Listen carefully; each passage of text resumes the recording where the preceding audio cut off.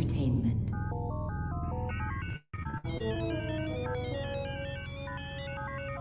Refreshments are available in the lobby. And please, keep our theater clean by disposing of trash in specified containers. And remember, gift certificates are available for any special occasion. Enjoy the show.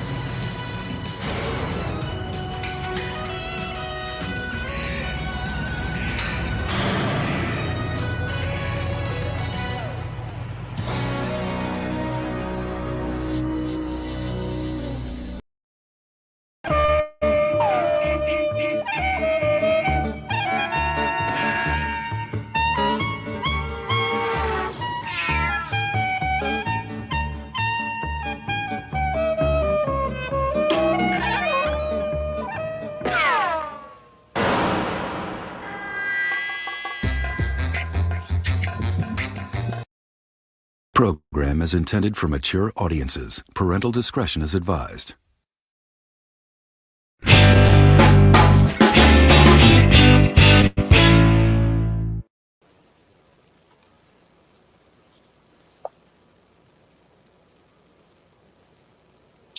Hey, what's going on, everybody? Let's give everybody a chance to come in and join the chat. I just thought I would get on again tonight, have a good time, just sit around and chat about toys, MOTU action figures. It doesn't have to be just MOTU. It can be any action figures you'd like to talk about. But it'd be great to sit down and chat about those things. And right now, I'm just sitting in here by myself, I guess, talking to myself. Earlier today, my daughter and I came down here into the junk pile room and kind of moved things around and got things looking a little bit better down here, I hope. So we'll see what happens.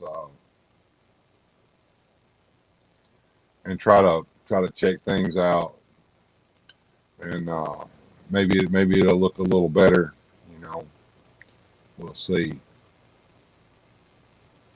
So how's everybody been doing this week? Hope y'all been doing all right. I had a lot to do Friday, and I was kind of tired when I got home, but I decided today that I would kind of redo my backdrop a little bit. I need to reposition it a little bit more, I suppose. I put my lights in different positions, so maybe my streams will look a little bit better. That's kind of what I'm trying to accomplish here is get the look better. Maybe get everything situated properly. I'm hoping that everybody can hear me. Yeah, okay. Everything's pretty cool. Got sound going all right. Is everyone? Let's see. Well, Pope showed up. Hey, Pope, how's it going, man? You doing all right? What you been up to, brother? Hope everything's going good. Glad to see you show up here in the chat. Right now, it's just you and I, bro. So we'll see what happens. I was kind of hoping our friend JPR would get his live stream together, but he's still been eluding me here lately. So we'll see what's going on there. I was kind of excited earlier. We saw that the pictures of the new Roton have come out. Let me see if I can show those pictures real quick. Let's see how that work. Let's see.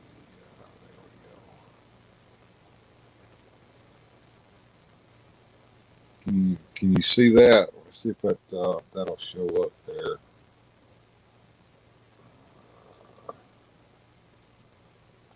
Let's see. It's over here.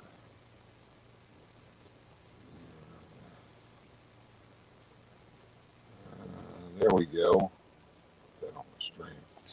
There's the new Roton that came out recently. The pictures of it have come out. I'm kind of excited about it. We'll see how it goes. And, kind of would like to. Let's see. I was able to go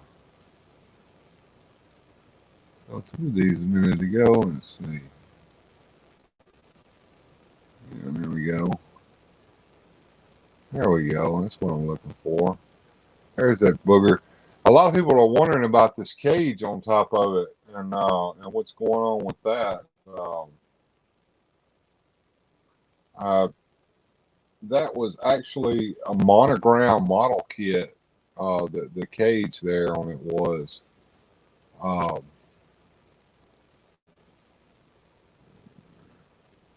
There was a model kit that came out years ago from, I think it was Monogram. Yeah, there we go. Oop, got too far. Yeah, it's a Monogram model kit. It had the face here on the front, and it had the cage on it. And the actual toy didn't have that, but it looks like that the new Origins version of the Roton is actually going to have these things. Oh, hey, MastersManiacMexico. Good to see you in, my friend. Let me get out of this screen that I'm here on. And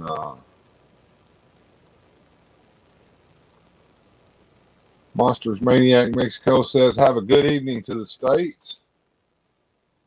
Pope says, I've been daddy daycare this week. Wife had her gallbladder removed this week. No, I heard to hear that, but hey, she's getting better. Hey, that thing, when it goes bad, it's got to come out. My mother had that happen years ago, and it was a good thing. Somebody's been to the barber. Good cut, shot at sharp as the upcoming Roton. Just love the interpretation. Yeah, let's see. The Raphael model kit presented at first. It came with classic line. That's right. And it is inspired in an early comic. Okay, that's pretty cool.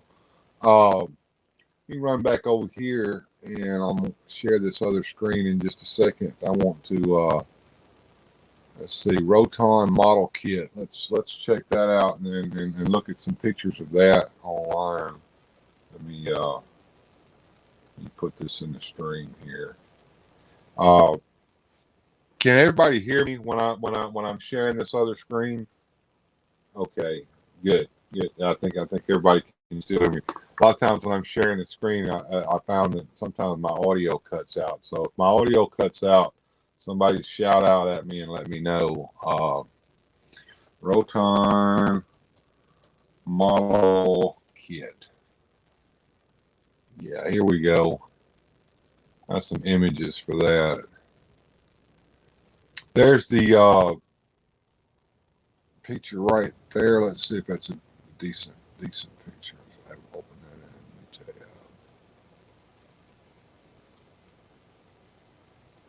Oh, that's not what I wanted. Open image in new tab. There we go. That's it. There's a picture of that Roton model kit that came out from Monogram Models here in the United States. Might have been different companies across the world, but it was in the United States. It was Monogram model kit. It was a snap tight kit. And what was really interesting about these old model kits that Monogram put out, they were in the same scale as your figures, so you could use your He-Man action figures in the model kits. And the model kit, they were all slightly different from the toys that they represented. Like, for instance, the Monogram model came with that cage and the pick on it. Mike a little crackly, but we can hear you. Yeah, I've got a shotgun mic going on over here on this camera, and that's supposed to be the main mic, but I'm trying to keep the mic over here on the laptop muted so that even though I've got the headphones with the headphone mic, that it's not interfering with the broadcast. I know when I started the broadcast, there was nobody on, so you didn't catch it. I forgot to plug the shotgun mic in my camera, so when I started the intro there, it was a little echoey in the room from that, but I solved that real quick.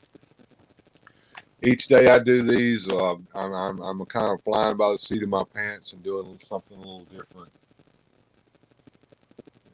All right. So MastersManiacMexico, what have you been up to lately? You still working on your diorama, or you got it where I know as an artist myself, at times I find that I never finish anything. I just abandon it. So I don't know if you finished it or abandoned it, or you're still working on it. Sounds more like a cable or connection problem. Let's see here. It might be phone there. I don't know.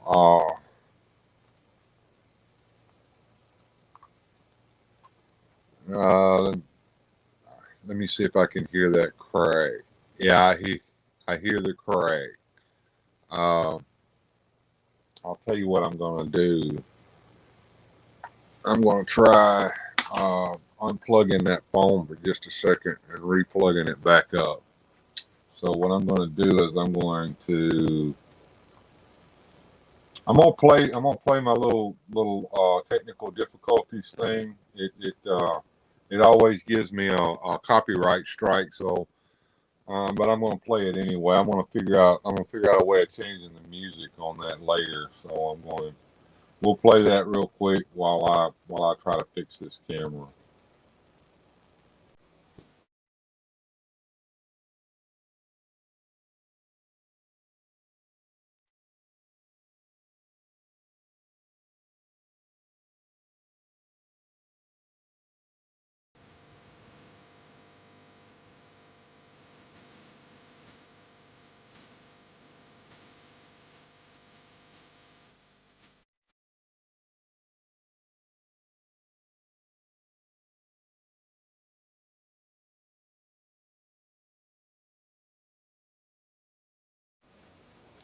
All right, see if that made the sound any better. Let's see what that did.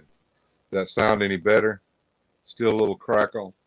Yeah, I hear it too. I'm going to have to live with that for right now, I suppose. Let's see. Constant work, never ready.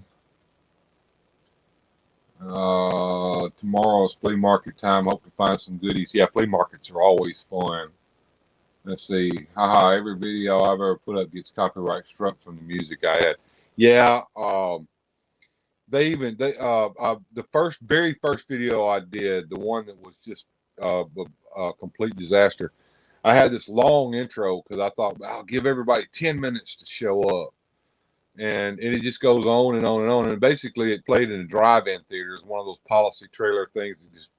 But it played at drive-in theater. But anyway, there were 2 sections in that got copyright struck.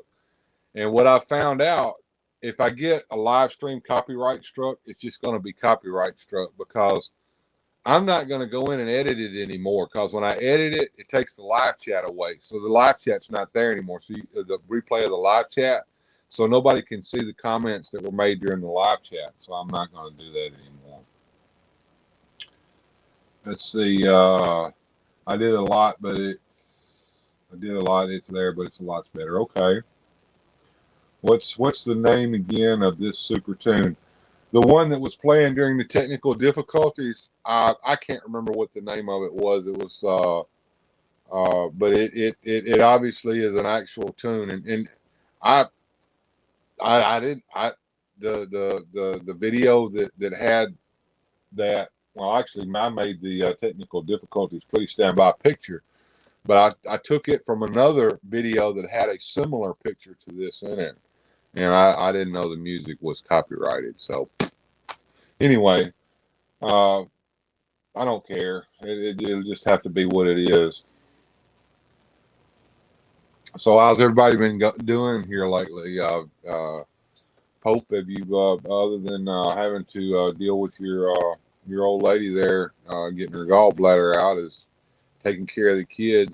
Anything else been going on? I know like I said, I've been busy here, kind of situating the junk room and the toy room.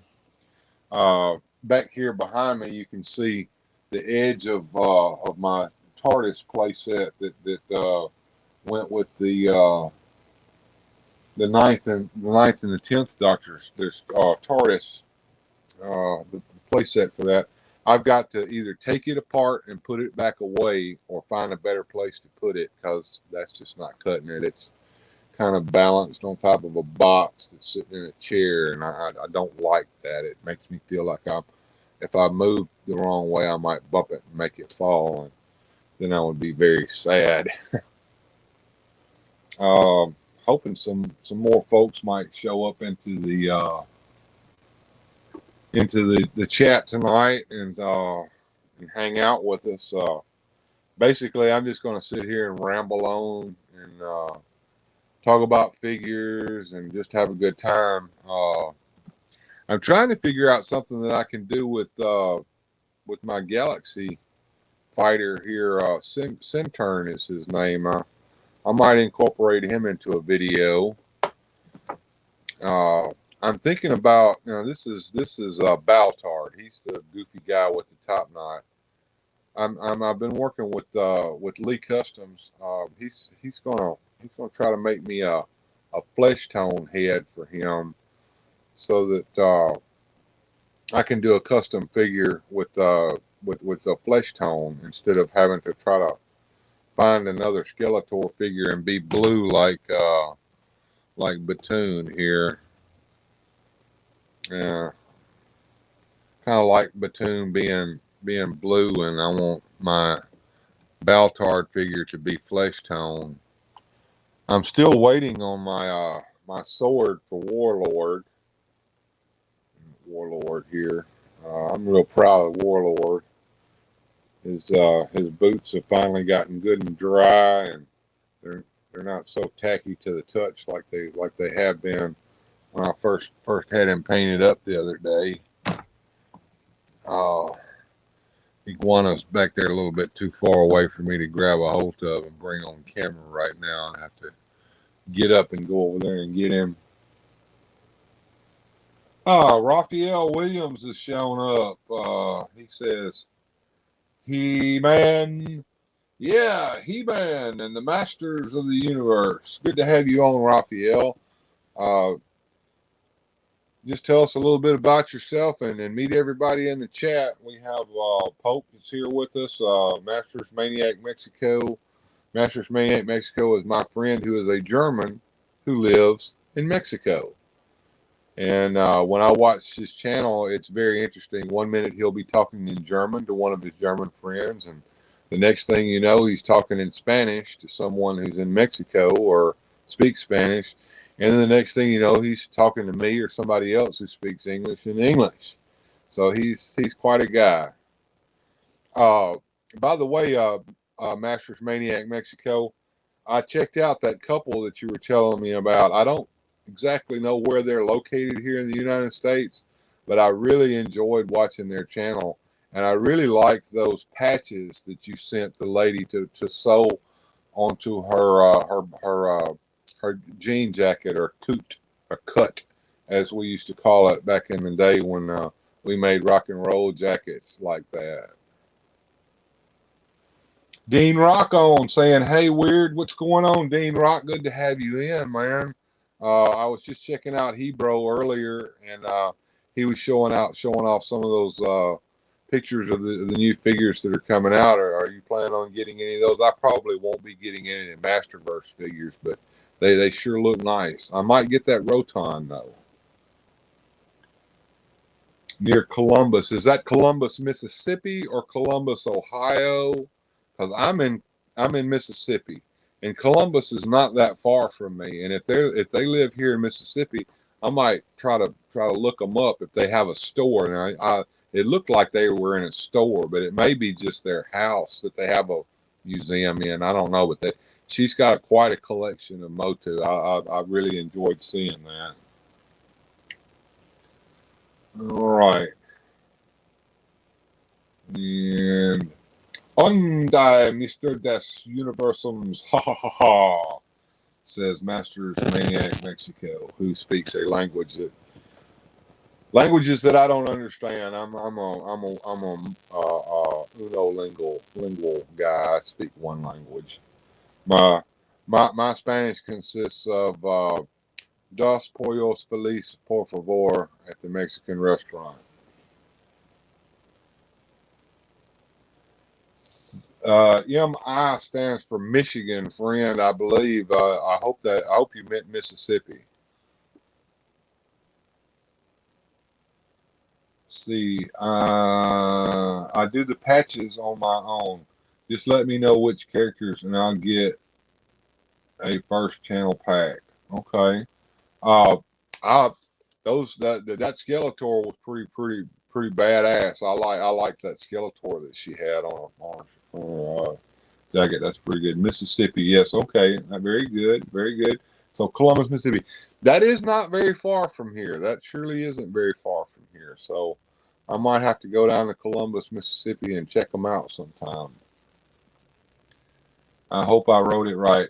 Well, unfortunately, you didn't, but that's okay. Here, I'll post it in the chat how it's spelled. Put it in here.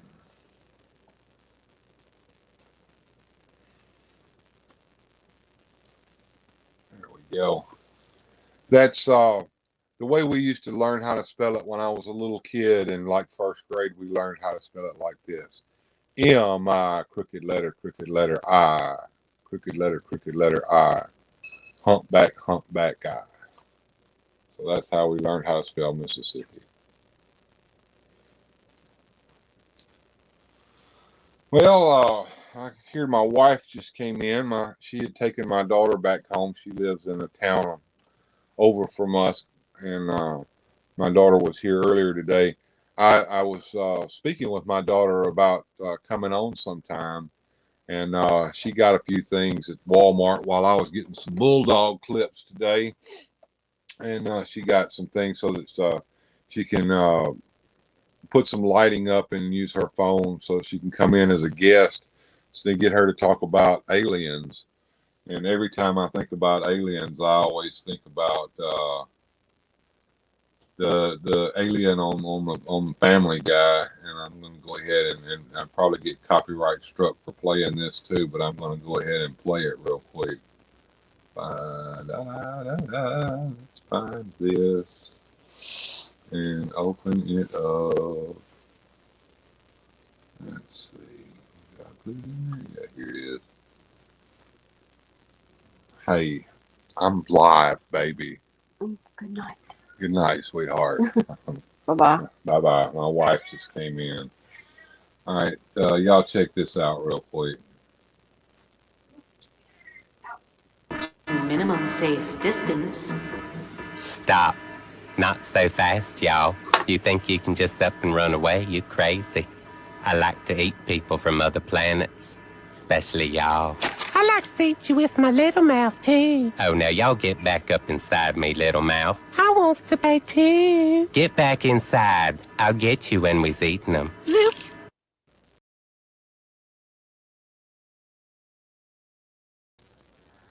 Oh, my goodness.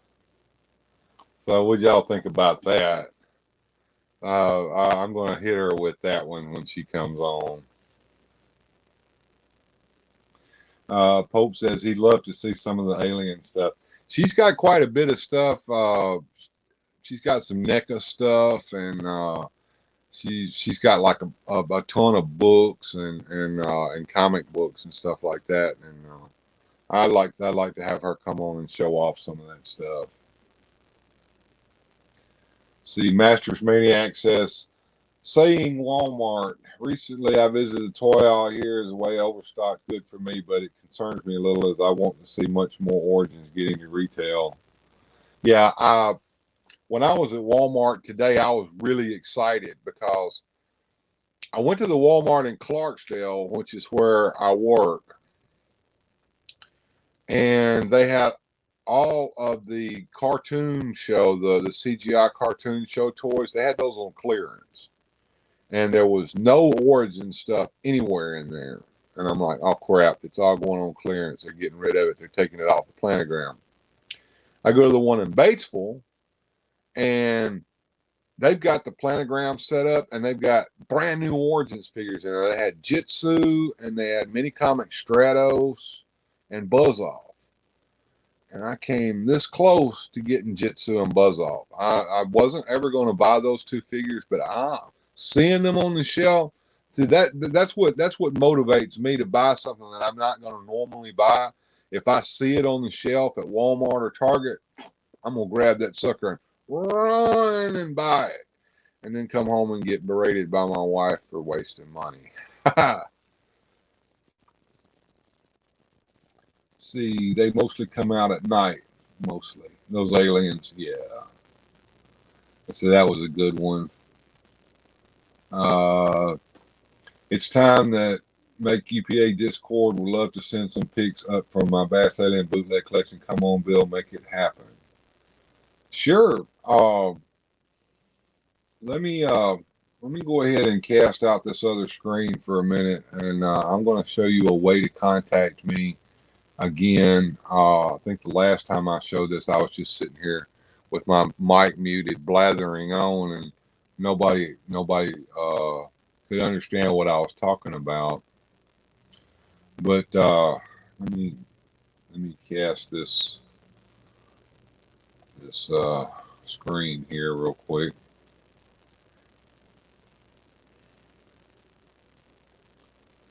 There we go. I'm hoping everybody can still hear me. Let me put on my earphones here and see. Hello.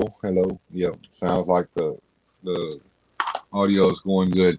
This is the website weirdfantastictoys.blogspot.com. This is the blog. At the very top menu, there's a contact button. You click on that contact button. This is a way to contact me. Send me an email, let me know who you are, and I'll respond back to you. When I respond back to you, you'll have the email address that you can send any pictures that you want to and correspond with me. Orko, our friend Orko, sent me an email today. He wants to show off pictures of his collection, and I responded back to him and told him to either send me some JPEGs or tell me where I can go to look at them, and I'll feature them on the channel. And I even offered to let him come on if he wanted to. And if anybody else wants to come on, let me know here in the chat, and I'll try to get with you and put up the stream link, StreamYard link, so you can get in. And let me get back out of this. Move and bring me back up. Hey everybody, I'm back. And Masters Maniac says he's going to send me some mail tomorrow. That's cool. All right, shoot me an email, and I'll even send you my address. I mean, you can send everything to my post office box, and you won't have to send it to the people in Columbus. But I'd like to go visit those people in Columbus because she's got an awesome collection. Sergeant Slaughterhouse has showed up. Hey, Sergeant Slaughterhouse. Says, I'd love to hang out sometime. Great, man. Just shoot me an email at weirdfantastictoys.airmail.cc, and I will send you a StreamYard link if you'd like. It says, I apply. Says, there we got a group. All right. Sergeant Slaughterhouse is clapping. All right, me too. All right, guys. Just let me know, and I will make that happen. Let you come on the show anytime I'm live streaming. If you guys would like to come in, we'd love to have you come around. I see that the notifications have gone out and people have a chance to come in and chat with us tonight. I haven't been able to work on anything lately. I've been too busy, but there's a couple of things I'd like to work on. There's a couple of stories from the Masters of the Universe coloring books that I'd like to work on and do stop motion with. And I still want to do that hostess ad with the Masters of the Universe. That would be a lot of fun. And maybe even get some, buy some wrestling figures, which I have very few, but I've got Bray Wyatt from the new Superstars line, which I think is going to be the successor to the Masters of the WWE Universe, because the WWE Superstars line doesn't look like it's connected with MOTU at all, like the Masters of the WWE Universe. Let's see, put up a nice international live, or just post the link and we jump in. I could do that. Let me see here.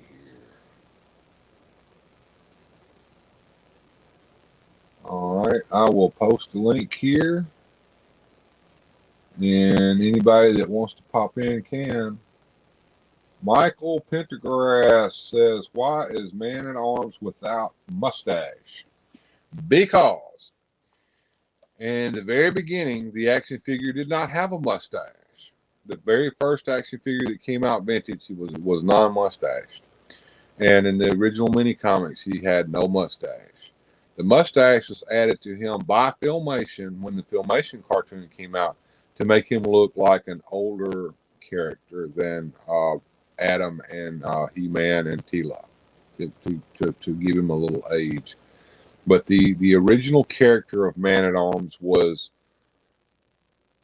not mustachioed, and he was just a friend of He-Man's that He-Man met.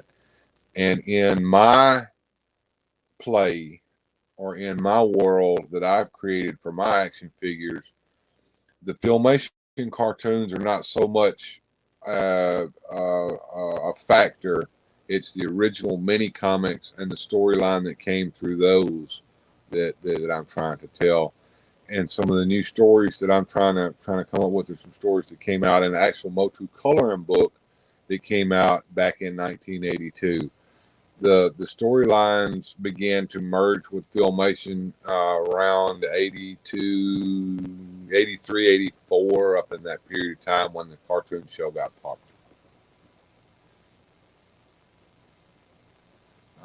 Let's see if anybody has shown up yet. Let's see, probably 84 vintage. Okay.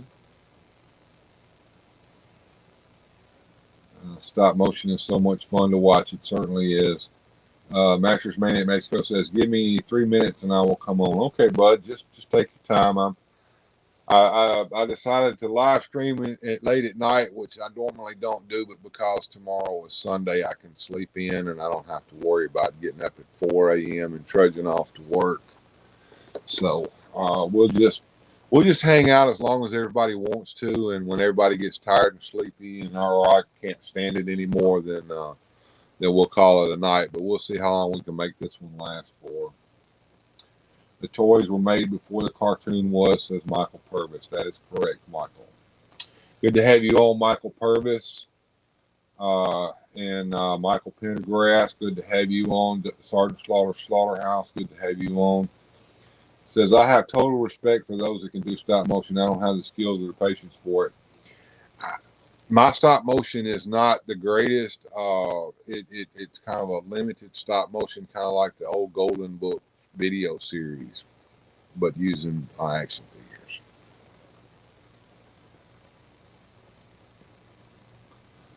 Masters Maniac says, this early here and people keep coming in. Yep, it is. Just get my hair done.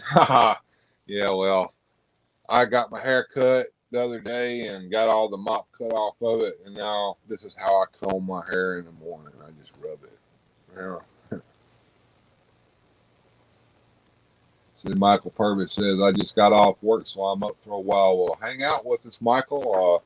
Tell us what you like. Tell us what you collect. And tell us what you're looking forward to that's coming up. I told everybody I'm looking forward to that Roton. And it might be hard for me not to get the Roton. I've already got the Zoar with Tila on pre-order. And just for giggles here, if everybody will hang on just a second, I'm going to maneuver through the pile of junk and show everybody something special.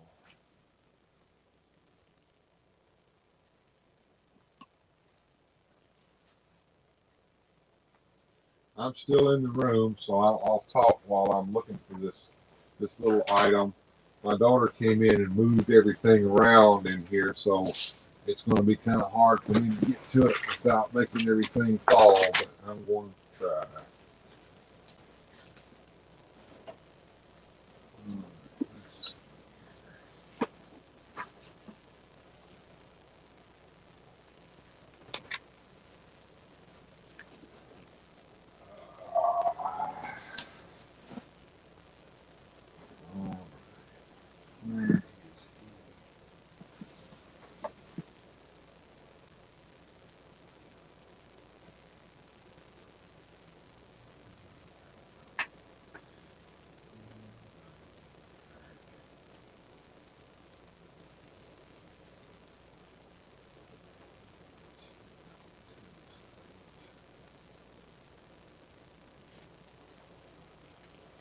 All right, here we go. I'm coming back in the shot,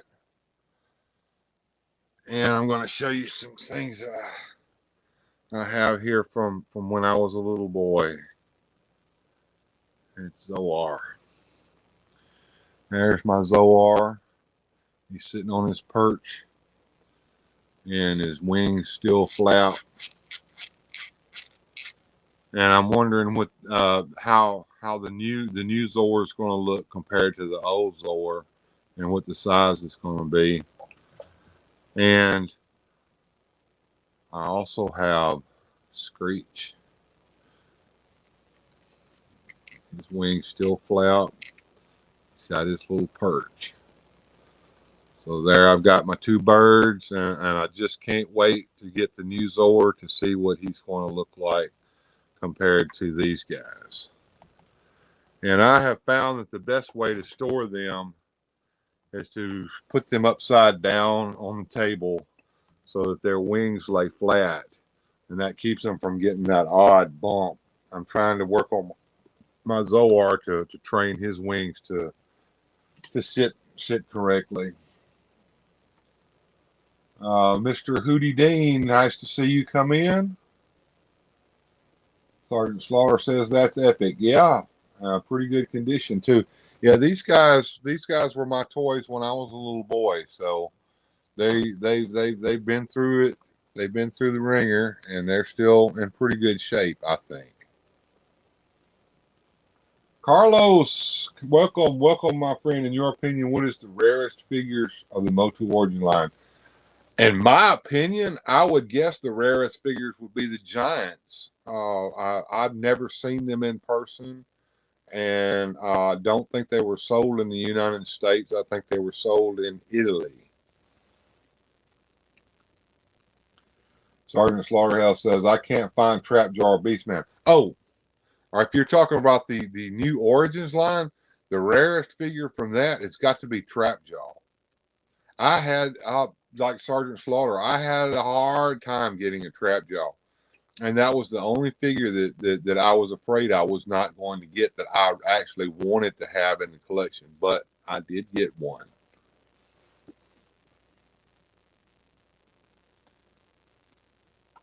All right, guys. So what are some of you guys' favorite figures, and what are some of the things that you've been working on lately? Just let us know in the chat, and we'll talk about it. Like I said, I have some ideas that I'm working on, but I haven't been able to really get anything started yet. But I'm trying to. I'm waiting on. I ordered from a guy in Germany. Is making a reproduction vinyl cape for my Warlord figure and the sword. And it is in the mail. It is on the way, but you know, international mail, it takes forever. So it'll probably be sometime next month before I actually see it.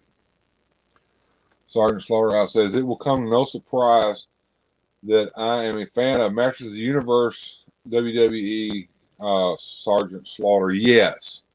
I saw some pictures of that figure, and if I actually saw him on the shelf, I would be hard-pressed not to run to the cash register with him in my hand. But like I said, my funds are limited, and in order to get the actual things that I want to have, sometimes some of the purchases like that kind of have to take a back seat. So, but that is a pretty cool figure, that Sergeant Slaughter. And he's wearing Man-at-Arms armor, but it is in the OD green, like the Army colors, and that's pretty cool. I think he comes with his hat, the armor, and I think he comes with the mace. Man-at-Arms' mace, painted green. I have another visitor who has come down, my little kitty cat, Roscoe. He's come in. He likes to come in and hang out and be with people. Michael Purvis says, I collect all those toy lines that I listed above.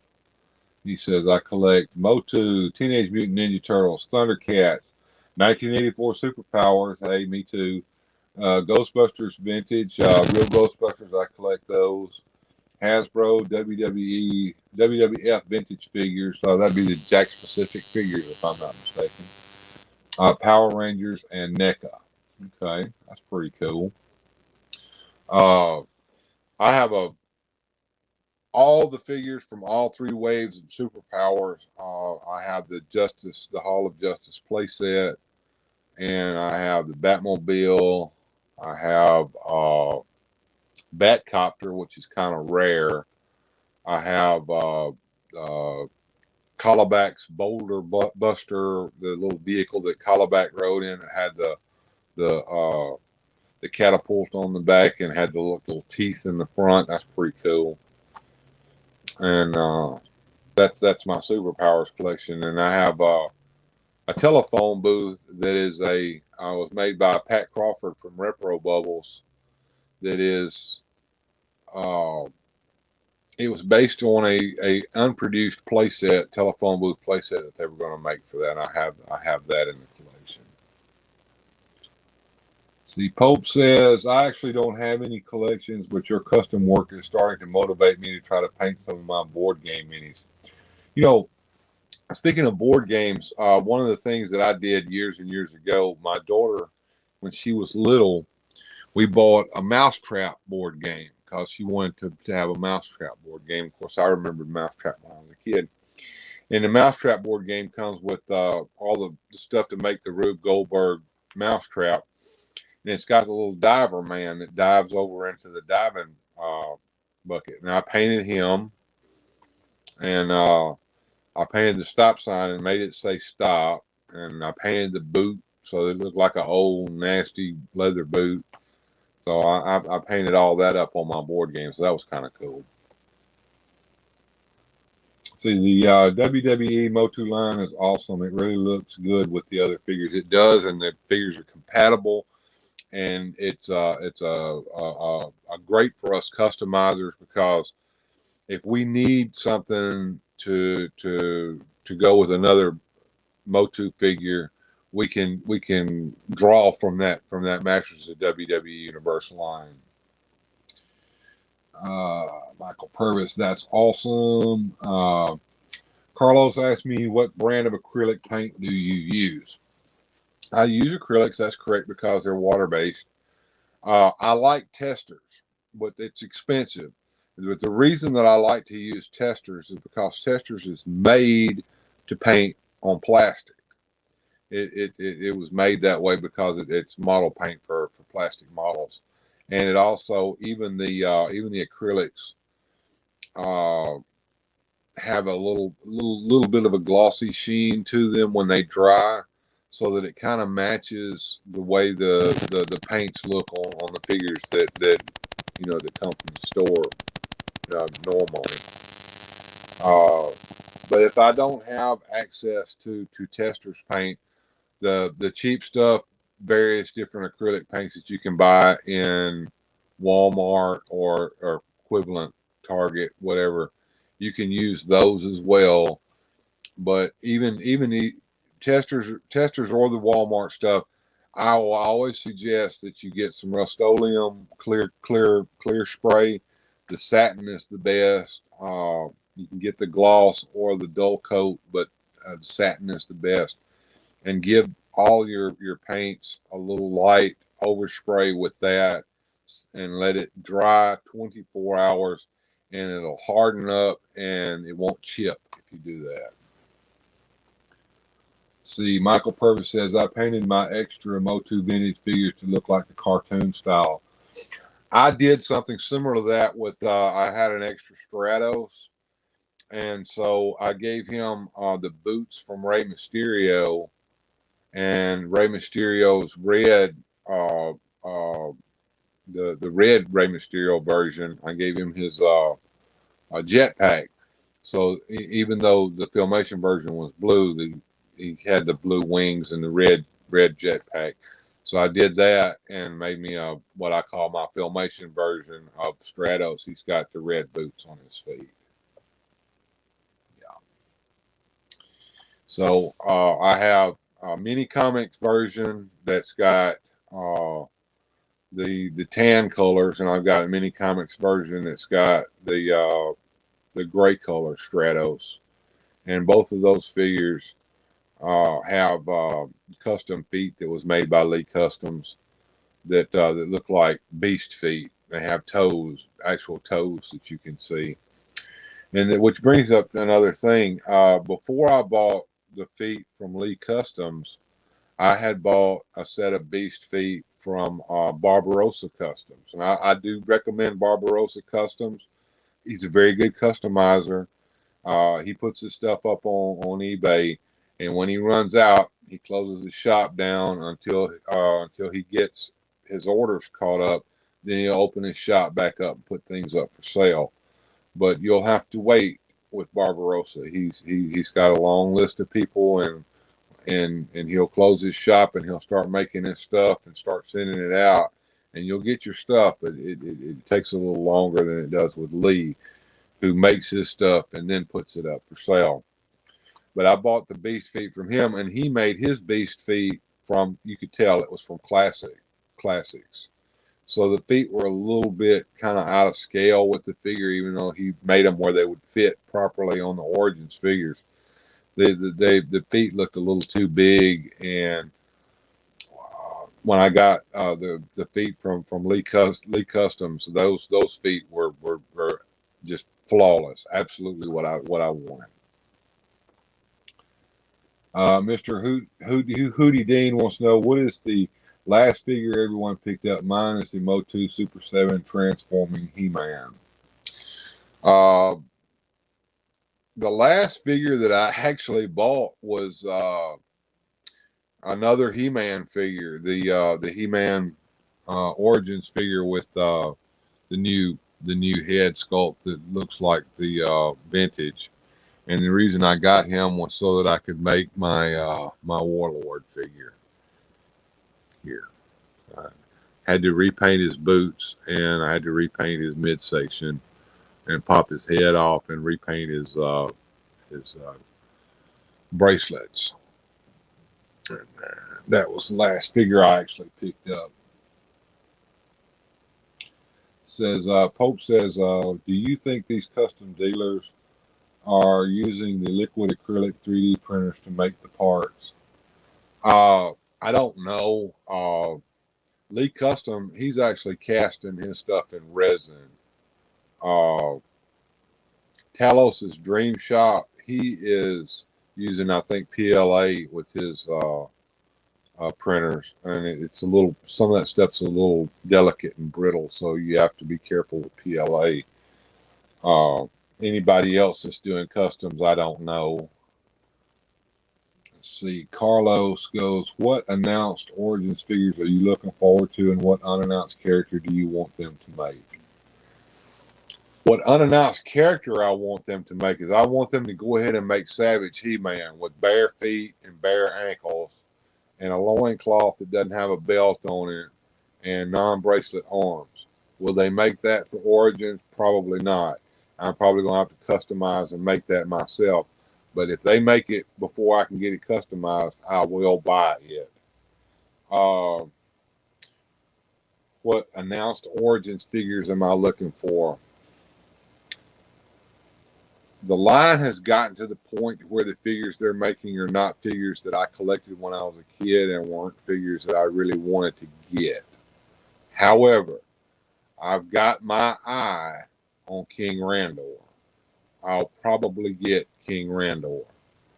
Whiplash, I don't know. I may or may not get Whiplash, but I do have the Tila and Zoar set on pre-order from Big Bad Toy Store, and when that comes in, I'll have that.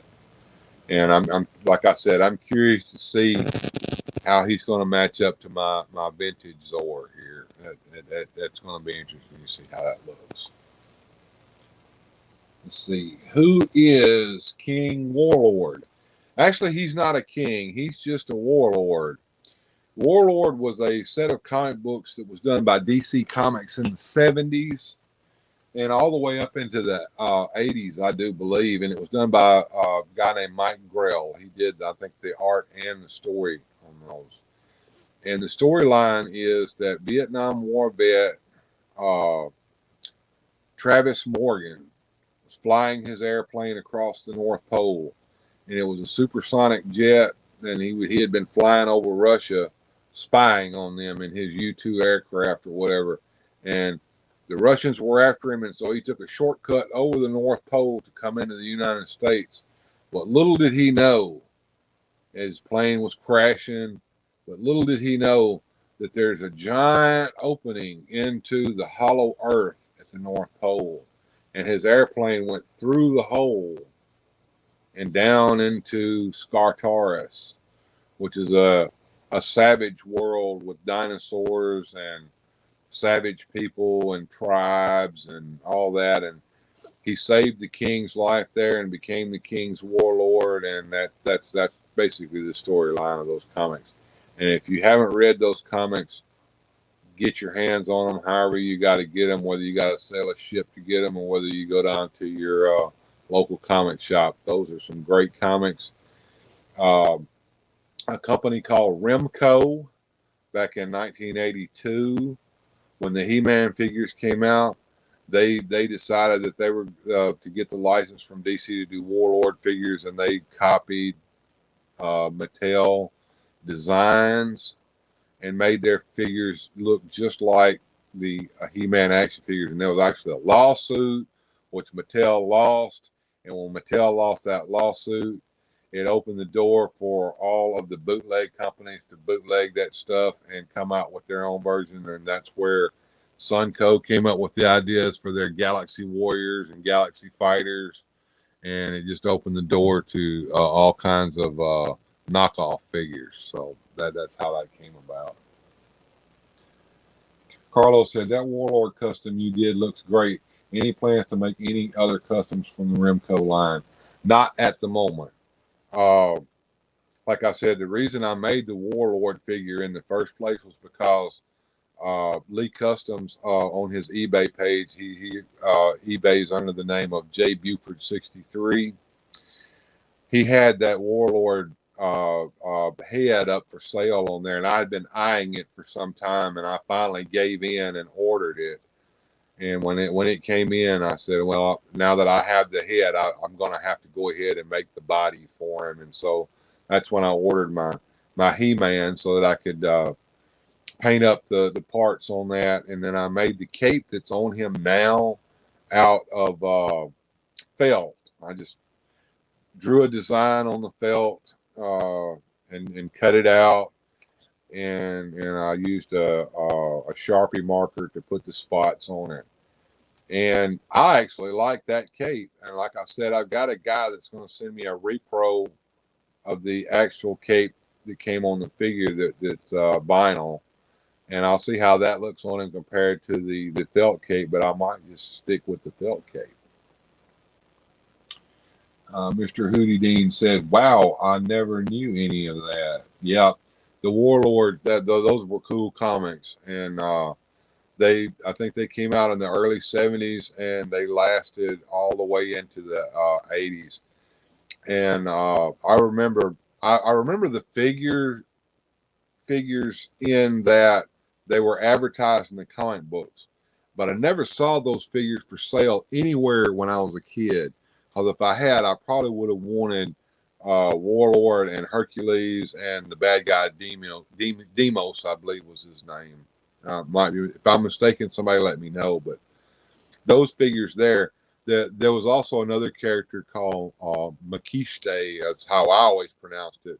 I think I've seen it pronounced different ways, but Makiste is how I pronounced it. And he was actually a black character. So all the woke people, I'll just let y'all know that we had a variety of different races in our action figures when we were kids. Us old Gen Xers, so don't write us off. I would love to put together a Remco Hercules, but I haven't found anyone making that head yet. Get with Lee Customs or look on his eBay page under J Buford 63, I believe it is. Yeah, that's where you're going to find custom heads for stuff like that. And you never know. I know he's coming out with some different stuff. I don't want to spoil it, but he's got some stuff down the line.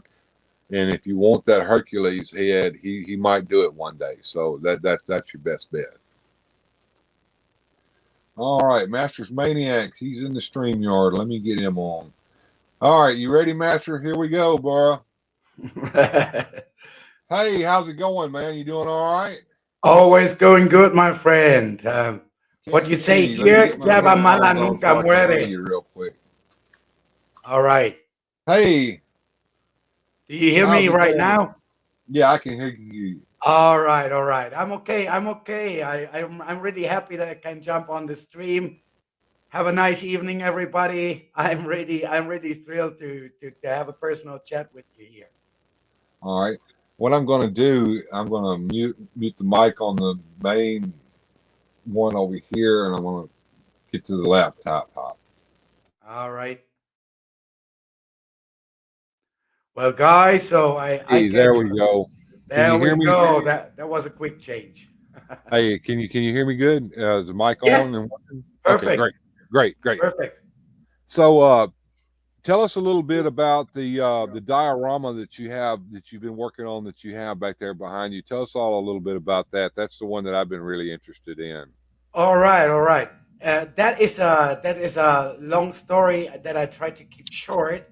This is actually a fulfillment of a childhood dream that I'm trying to fulfill here, right? Okay. Recently, in the last years, and I'm not talking about any recent events, but before that, I had a couple of health issues, and I'm still dealing with them. And I try to focus on the main things in life, right? And at one point in my life, I try to remember what really made me happy and what kept me happy. And where were these moments of absolutely being innocent and just being happy, right? Right.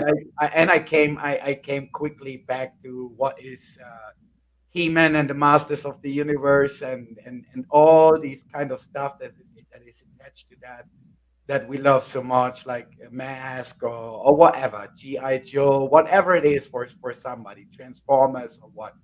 So I'm trying to recover my innocence with that, without any knowledge, without any abilities, without any money. But that's what I'm doing. And you're doing an awfully good job of it. It makes me happy. You're doing a very, very good job of it.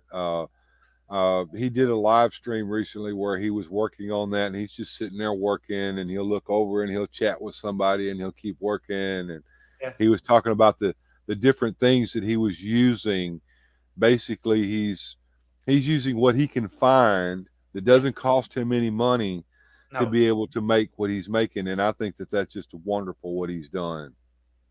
Yeah, well, that's thank you very much because really that motivates me a lot.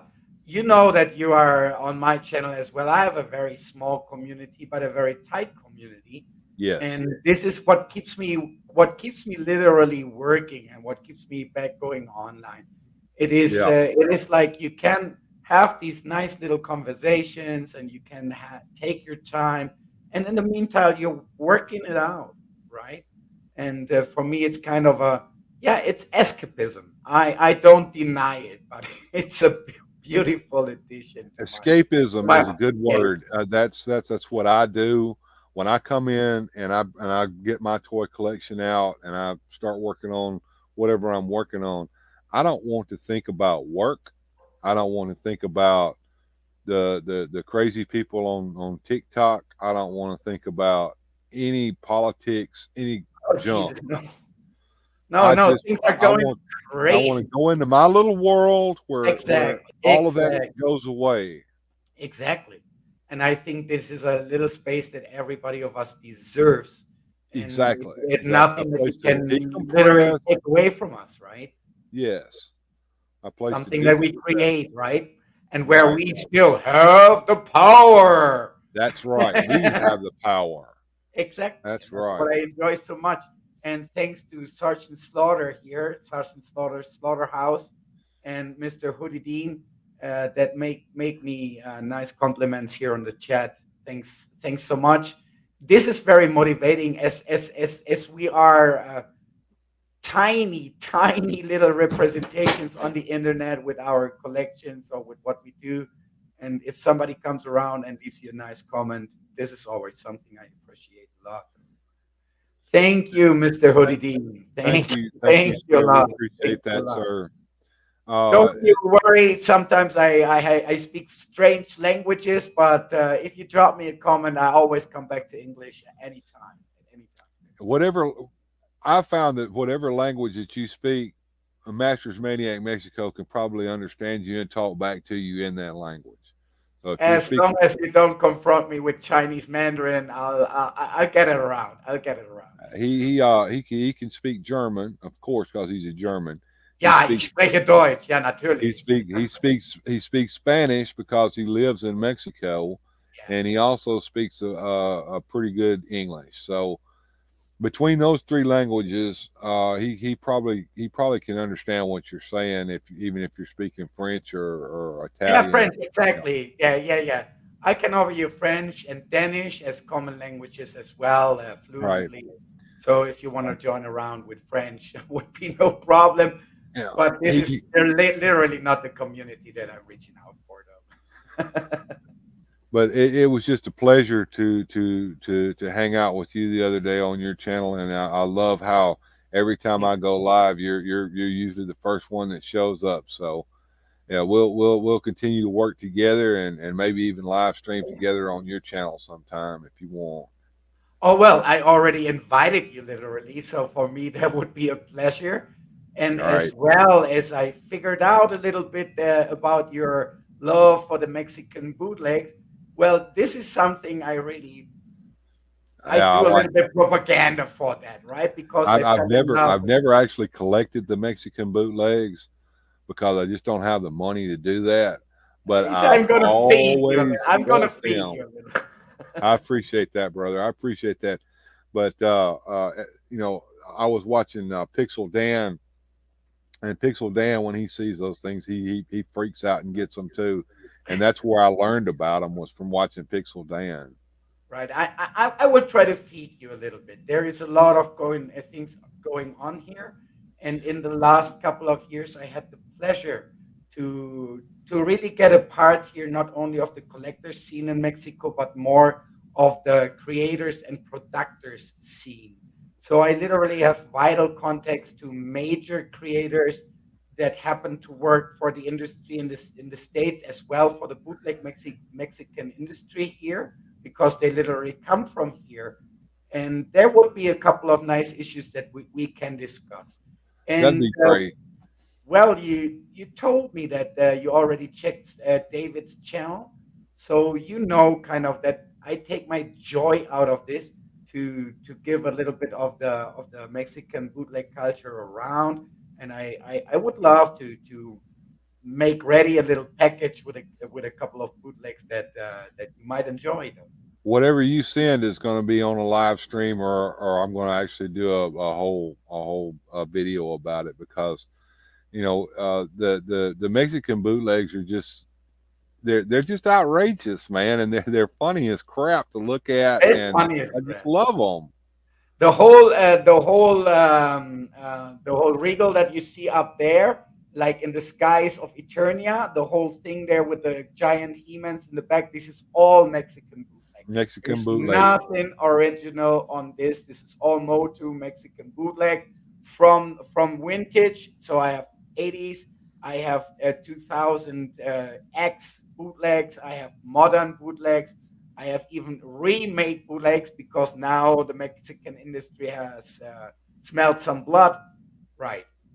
Mm-hmm. Mm-hmm. There's Yeah. there's a question where you can see this. Well, you're very welcome to visit me here in Tepoztlan in Mexico, in this nice state of Morelos. Okay. Mr. Hootie Dean was wanting to know where the display was. If you'll look, he's in the corner, and he has some of the display. You can see some of it there that he has made in the picture that he's overlaid on. At the very edge, I guess over here, you can see his Castle Grayskull. Right Yeah, at well, the this is edge of the actually a screen. live picture. If you want me to move it around a little, that would be not a big of a problem. Yeah, show off a little bit of the display there. All right. The sky that you see there, the bootleg figures are sitting on top of a shelf that's kind of on the wall, but that's the sky Right. that MastersManiacMexico. He actually painted that himself. Now Yeah. he's not a professional painter. He's like No, me. He's an amateur no, painter. But I think with what he had to work with and his skill level, he has done an excellent job of making the zero Eternian skills. sky. A couple of Bob Ross pictures, and basically most of these are natural colors. I have a couple of videos, like I always do them live, a couple of hours going, like I make these colors. I Uh-huh. learned that in Mexico. These are mostly plantal colors or coal colors or anything like this, right?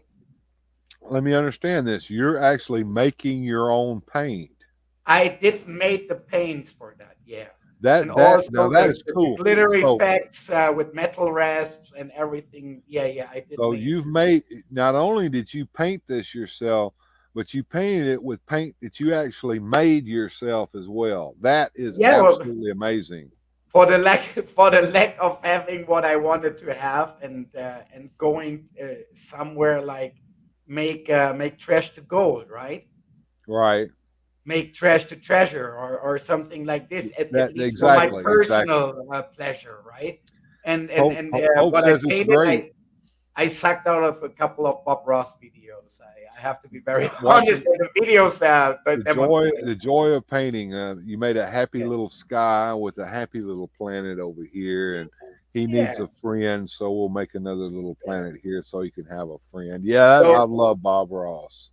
it's just like no, very nice adult entertainment, and I got into that and said, okay, I can do that as well, and it's just made out of that.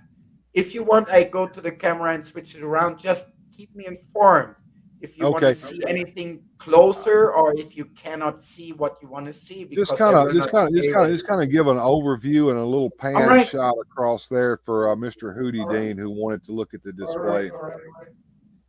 I'm just going around here, my working space. So, so there we in the corner. I hope you can see that now a little bit better. We would have the evil horde and the evil place and the horde place. We have a self-made slime pit there. We have a volcano there with a lava lamp built within. I tried to build a couple of different landscapes there. We have the oceans here. We have Castle Grayskull built on a kind of a yeah rock scene so that I can have the bridge scenes made right. Yeah, we have a 3D painting. The rock scene literally is made with a carton, a blanket, and cement putting over it. And in the end, I decorated and painted the cement, or put sand, different types of sand that I send it out into it. Rocks that I found here in the volcano area that I live. Yeah, the sea is made out of broken glass that I painted, or that I was looking for green or blue glass types. Yeah, stuff like that. Snake Mountain, as well as Castle Grayskull, which you might not be able to see that well. They have an underground, both of them. The underground of Castle Grayskull still needs to be built out. The underground of Snake Mountain at least carries Scareglow and Scareglow's world. As long as I find the Snake Mountain, everything is in the process, and everything is going to be in the process as long as I can enjoy this beautiful hobby. But now I won't steal you any more time and try to bring that kind of back into position here. All right, this is a little That's deep. just You great. also see my I love. working space there that I built it up for the main work. Right now, I'm working on a project to connect the Hot Wheels track with the Eternia diorama that you're looking there, because I got myself a set of the Masters of the Universe diecast versions, and I really want that these cars are running through, because I have a huge lack of an Eternia playset, and I don't see myself to getting one very soon. So I want some vehicles running around there, and I Gotcha. want some vehicles running around my console and my other place. Well, you just see the back of what is here. That's pretty cool. It's Mr. it's all the Houdini, way around. It's all the way around.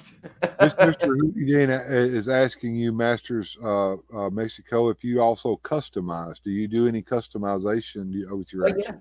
Oh yeah. I do customizations, and I also do, or try to do. Well, you see me right now. I will show you something, but Okay. you see me right now. Between making that figure and right now, there is just 6 months. But as I told you, I'm dealing with a couple of health issues. So I lost a couple of weight. I want you to take this in account. That's all, and I will show you the figure, and I will take off my glasses. Okay. Okay. All While right. he's doing that, we'll get to the chat here a little bit. Michael Purvis wants to know about the Masterverse Zodak reveal. I saw a picture of that earlier today, and it looks really, really neat. He's got on his back, he's got a staff that comes in two pieces that you can put it together, or you can store it on his back. And he has shoulder pads that are removable, and he has the Zodak armor and the basic Zodak colors. And his pistol, instead of being a one color red pistol, it's got a little bit of paint app to it, so that it's kind of got some silver and black in it. But it looked like a really, really nice figure.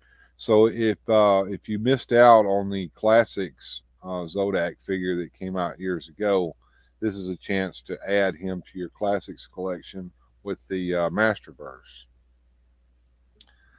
Mr. Houdini says, I pray that we get an Origins Eternia playset.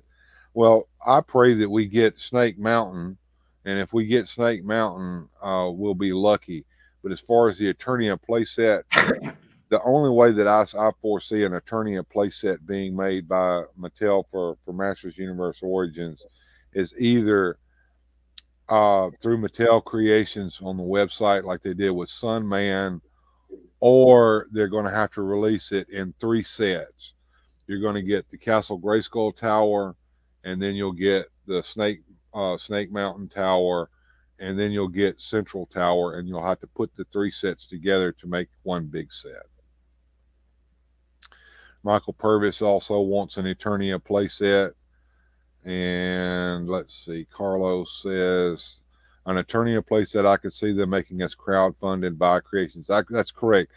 I see either that way or they're going to have to release it as 3 separate play sets. So I don't think they're going to do 3 separate play sets with it. So the closest we're going to get is crowdfunding, and I really No. hate it if it's that way because I I'm don't going like to see a big problem with the monorail, my friend. Under modern production conditions, as I told you, I had the chance to get a little bit into that point of view. Let's call it like that. Um, that would be a very, very difficult thing to produce. And if we're talking about a $400 range, so to who it would be addressed, and that would be the question for Mattel as well to circle around a big set like that again.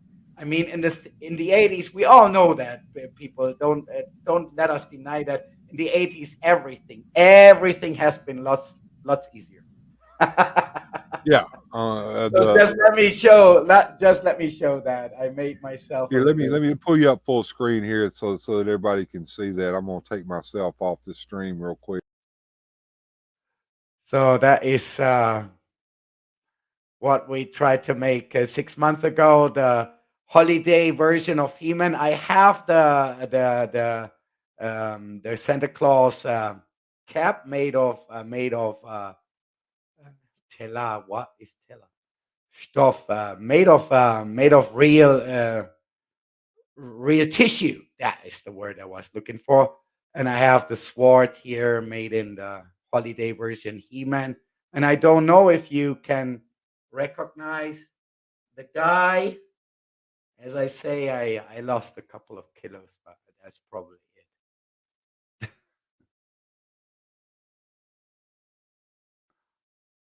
Yeah, that's about it. Thank you for making it big.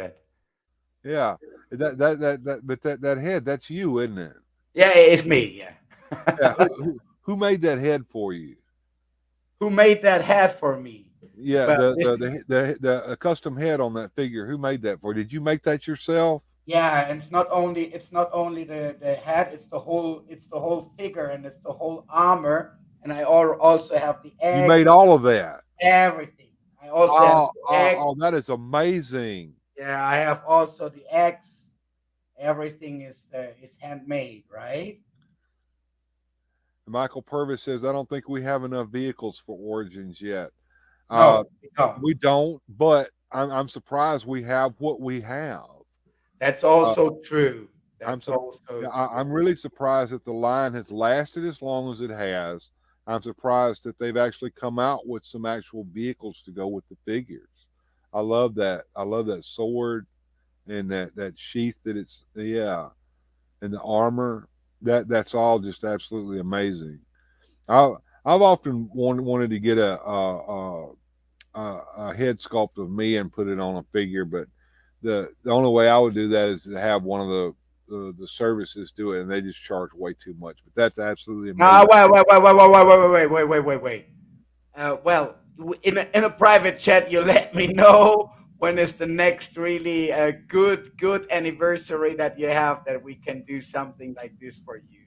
It would be just a pleasure, and give me just a 6 weeks before, so everything can be fine, including the postal service that I really don't have money I for. appreciate that offer, and we may take you up on that. That sounds like All something we right, may yeah. do, but Well, I don't you I'm a don't feel like German, you my have to friend. do that. But yeah, I would appreciate that greatly. That would be No, fun. no, no. That's a open-hearted offer, my friend, and I really would love to do the job for you in that case. As you soon will see something on the channel of Open by Chance. I did the same job for them. I did a many. They don't know nothing about that, so please keep that Well, under the line hopefully they still. don't know it still because they don't watch my stuff. No, I'm But pretty. I'm we pretty. don't I'm want pretty to sure. Well, we don't the want to thing is, spoil I'm, the. I'm gonna hack it out anyway because it's so thrilling, and I really want to show. I just finished yesterday a special figure that is a version of many faces for them. It has their David, faces in it, yeah, and the three their pet faces. It's pet as David, well. his wife, and the cat, right? Yeah, And right, it's right, it's it's right. fully functional, and it has a phaser. I made a mini comic book, the full packaging. And That's even we made, because amazing. David mentions that a lot in his videos for the museum, that he loves all these repostal cards, so the sandbag cards, the mail-in cards. I created a mail-in card so that, and he really can send it off. And if he wants, he can really send it off. It's gonna be responded. That is absolutely amazing. And it's a pleasure for me. There's nothing that they're expecting or asking Right. for, just like you. So, That's but it's a great. pleasure for me, and it keeps me steady crafting, if I There can you say go. it like that. Keeping yourself busy. That's the thing to That's do. it. And I'm Mr. keeping myself alive, to be literally spoken, and this is a good thing in all the matters. In all the matters. Mr. Hootie Dean is still talking about crowdfunding that Eternia playset. He said he'd go up to $300 to $400 for it. And the thing about that is, yeah, it may get crowdfunded, but I wouldn't be able to buy it. Masters Maniac Mexico probably wouldn't be able to get it.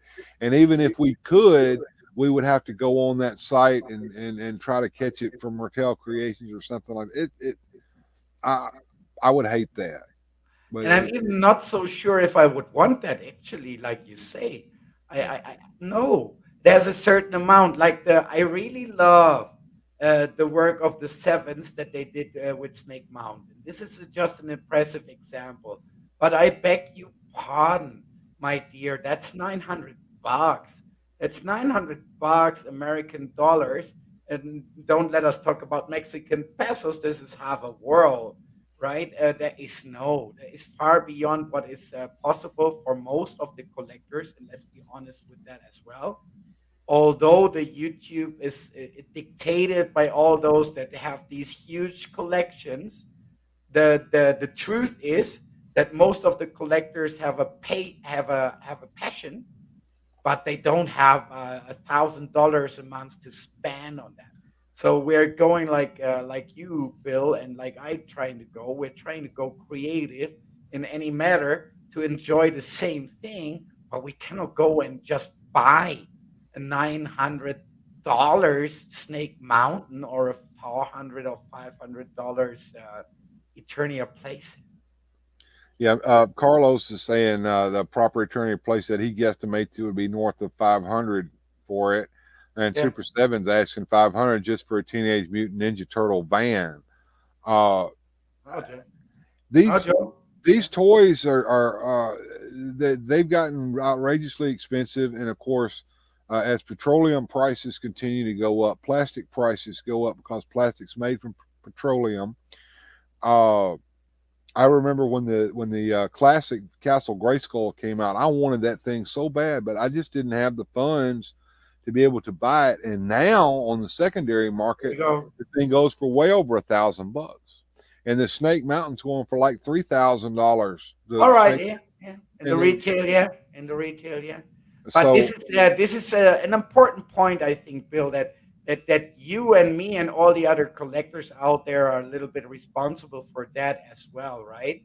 We cannot pay the moon prices, and we don't have to pay the moon prices. Better we give this a little bit of another direction, or even die trying like you do. And this is why I subscribe to you, and this is why I'm such a certain follower of you, because you're doing the same attitude. It's making trash to treasure. That's right? correct. That's correct. And let me address the hobby. And let's let me make address that Mr. Hootie Dean real quick. Mr. Hootie Dean's got a question here. Tips on painting eyes. He is customizing a Shapeways bow, which is I think a She-Ra figure, and he's struggling with the eyes. I'll say mine, and then I'll let a Masters Maniac say his. The way I paint my eyes, it depends upon what you're wanting the eyes to look like.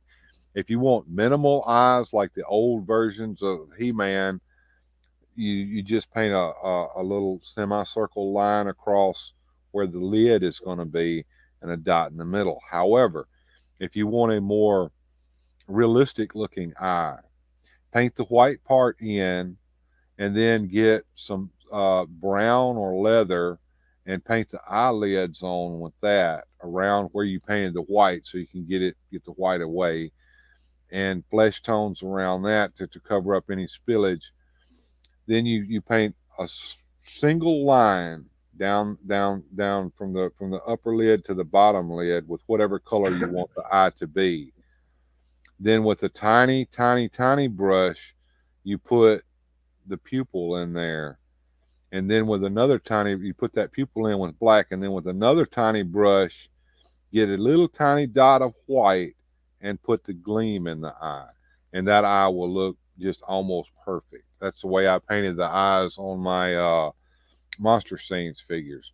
And MastersManiacMexico, do you have any tips on painting eyes? Well, almost everything has been said by you. Just a little, or no, not. It's not even an addition. It's just a different way of doing the process. Let's say it like that, because everything that you said is mostly what I'm doing and what I'm using.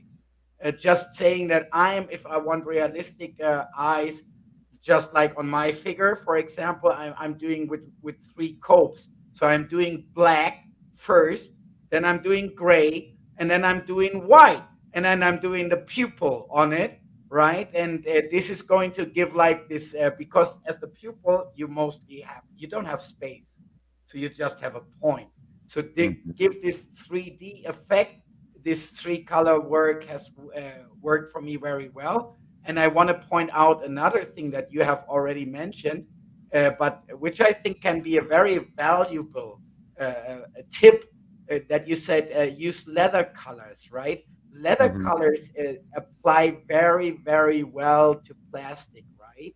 There's a lot of, if I talk as a medic that I am, if you're looking at the pores or at the cells, there's a lot of communities there, right? So it's treating very well with the material, and it gives, as he says, this coverty, it gives that glance, and it's also that you can correct any type of failure with just a wiper, with just a baby wiper, and everything is going to be all right. It's not going to dry out at first. Literally, if you want to have it fixed, well, give it a nice coverage, right?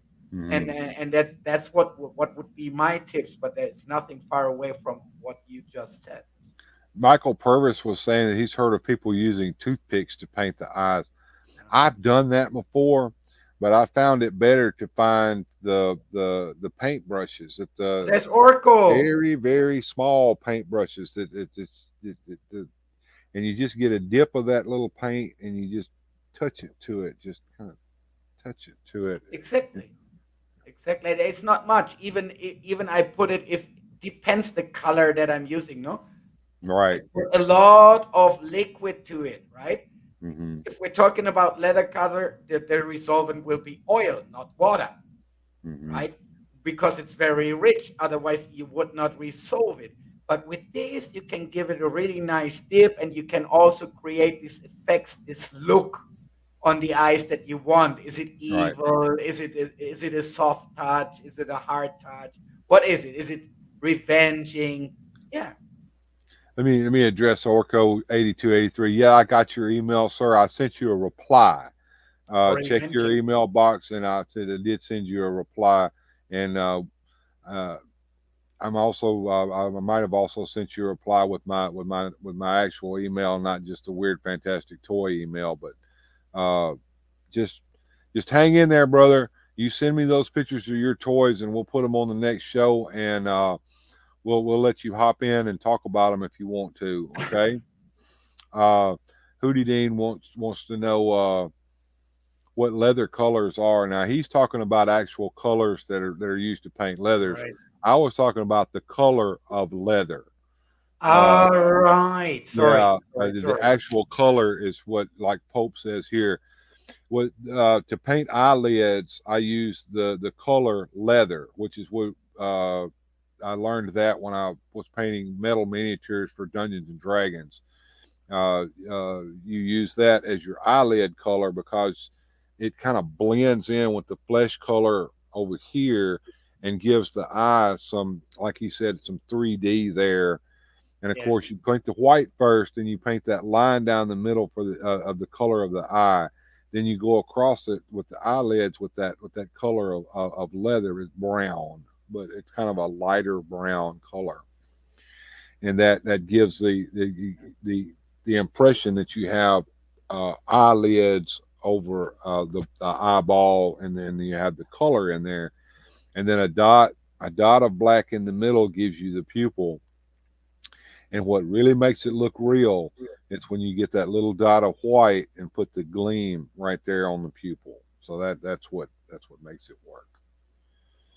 Mr. Hootie Dean says, I like to draw a line tip. I think that will help. That's correct. Don't try to draw a round circle. Draw a line. And then when you make your eyelids, that line's going to look like the eye, because nobody walks around with their eyes like this, where you see the whole Exactly. eyeball. You have your eyes your lids cover up that Exactly. round. So It is always like a little bit of a shadow. No, this is why I painted black before and then gray, so that it has a shimmer, right? The yes, gray, I don't give it a that coating. I just give it a 3D. slight, Yeah. exactly. I just give it a slight brush, and everything's gonna be all right. You see the black, and in the end, the white is covering it, and you can almost make this perfect eye, let's say eyelid, no? This small That's right. shadow that you always have.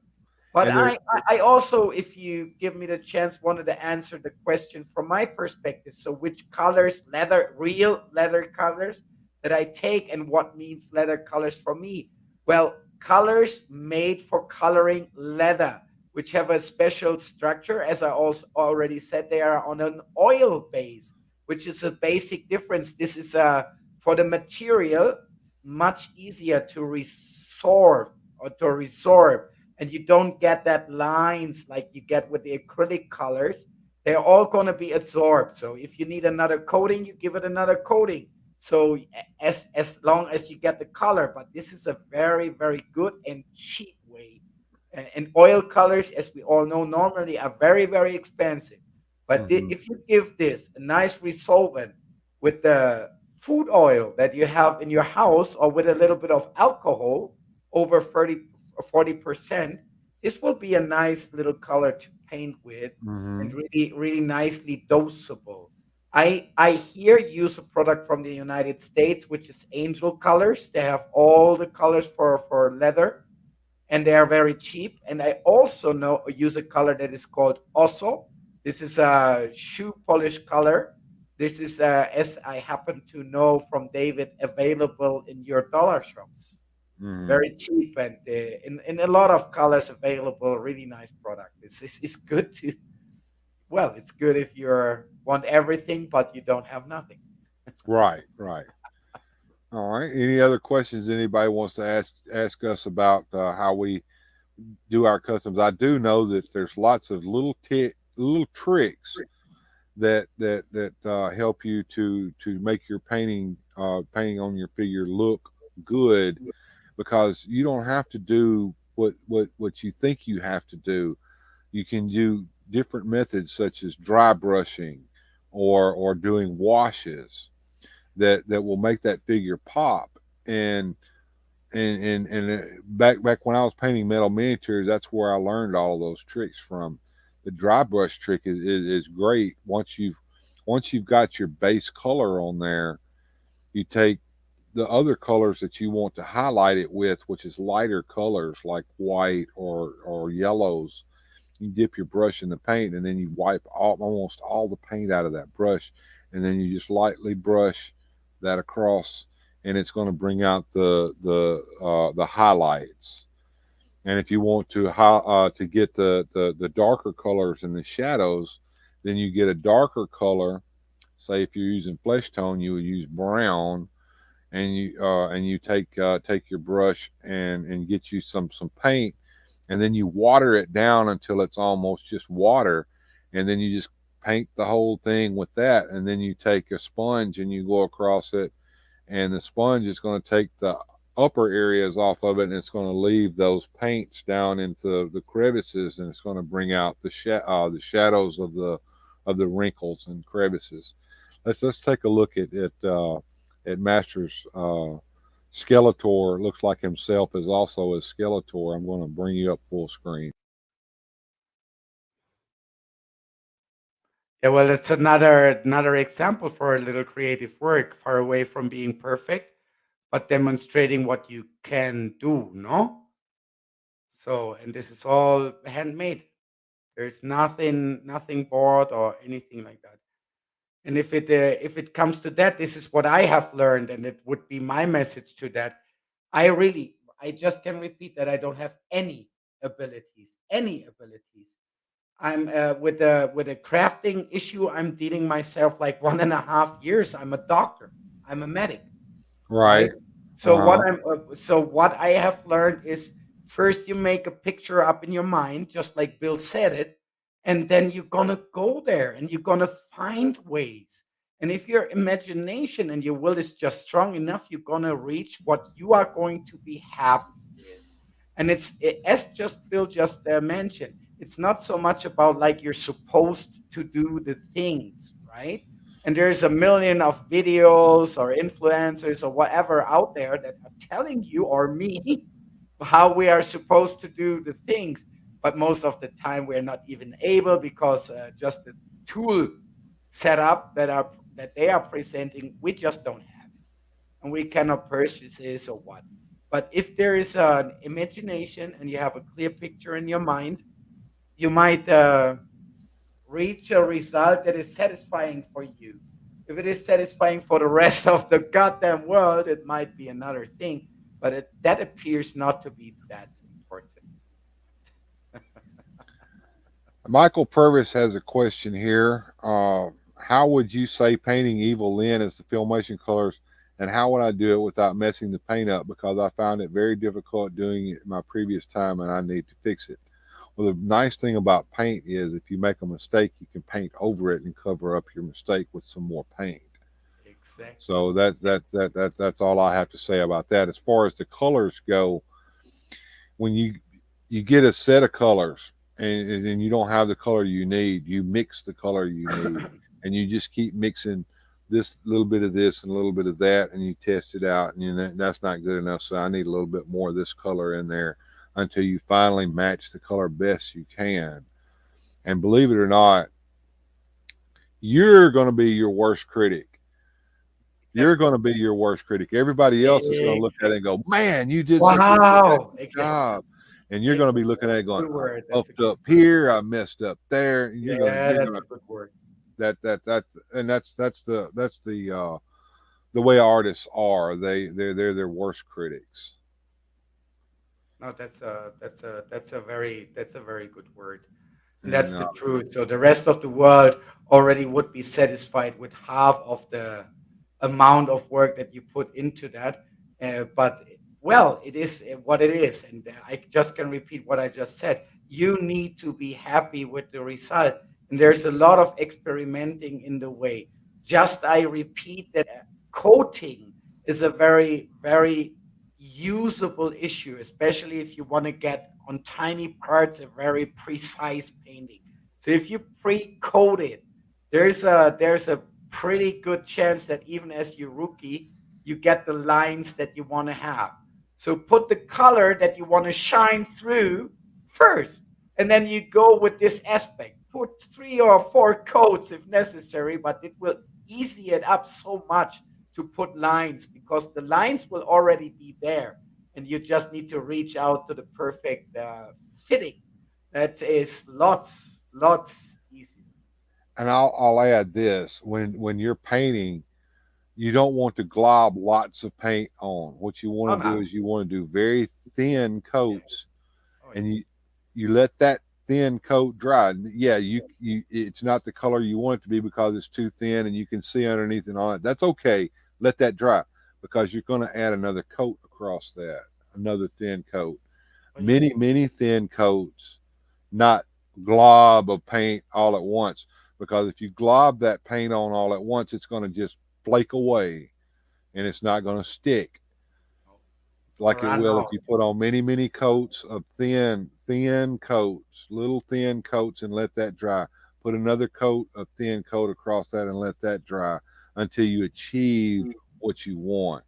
But if you try to get too quick with it, oh, I'm going to get my paintbrush and I'm going to get a big glob of paint here and I'm slop it all on there. That's not going to work. And then when you move the figure around, that paint's going to come off in your hand even after it's dry if you do it that way. Michael Purvis is talking about painting eyes without messing them up. We talked about that a little earlier. Like I said, and Master Maniac agreed with me. The white part of the eye you start first, because it doesn't matter if you go white all the way around here, because then you're going to paint the lid across that.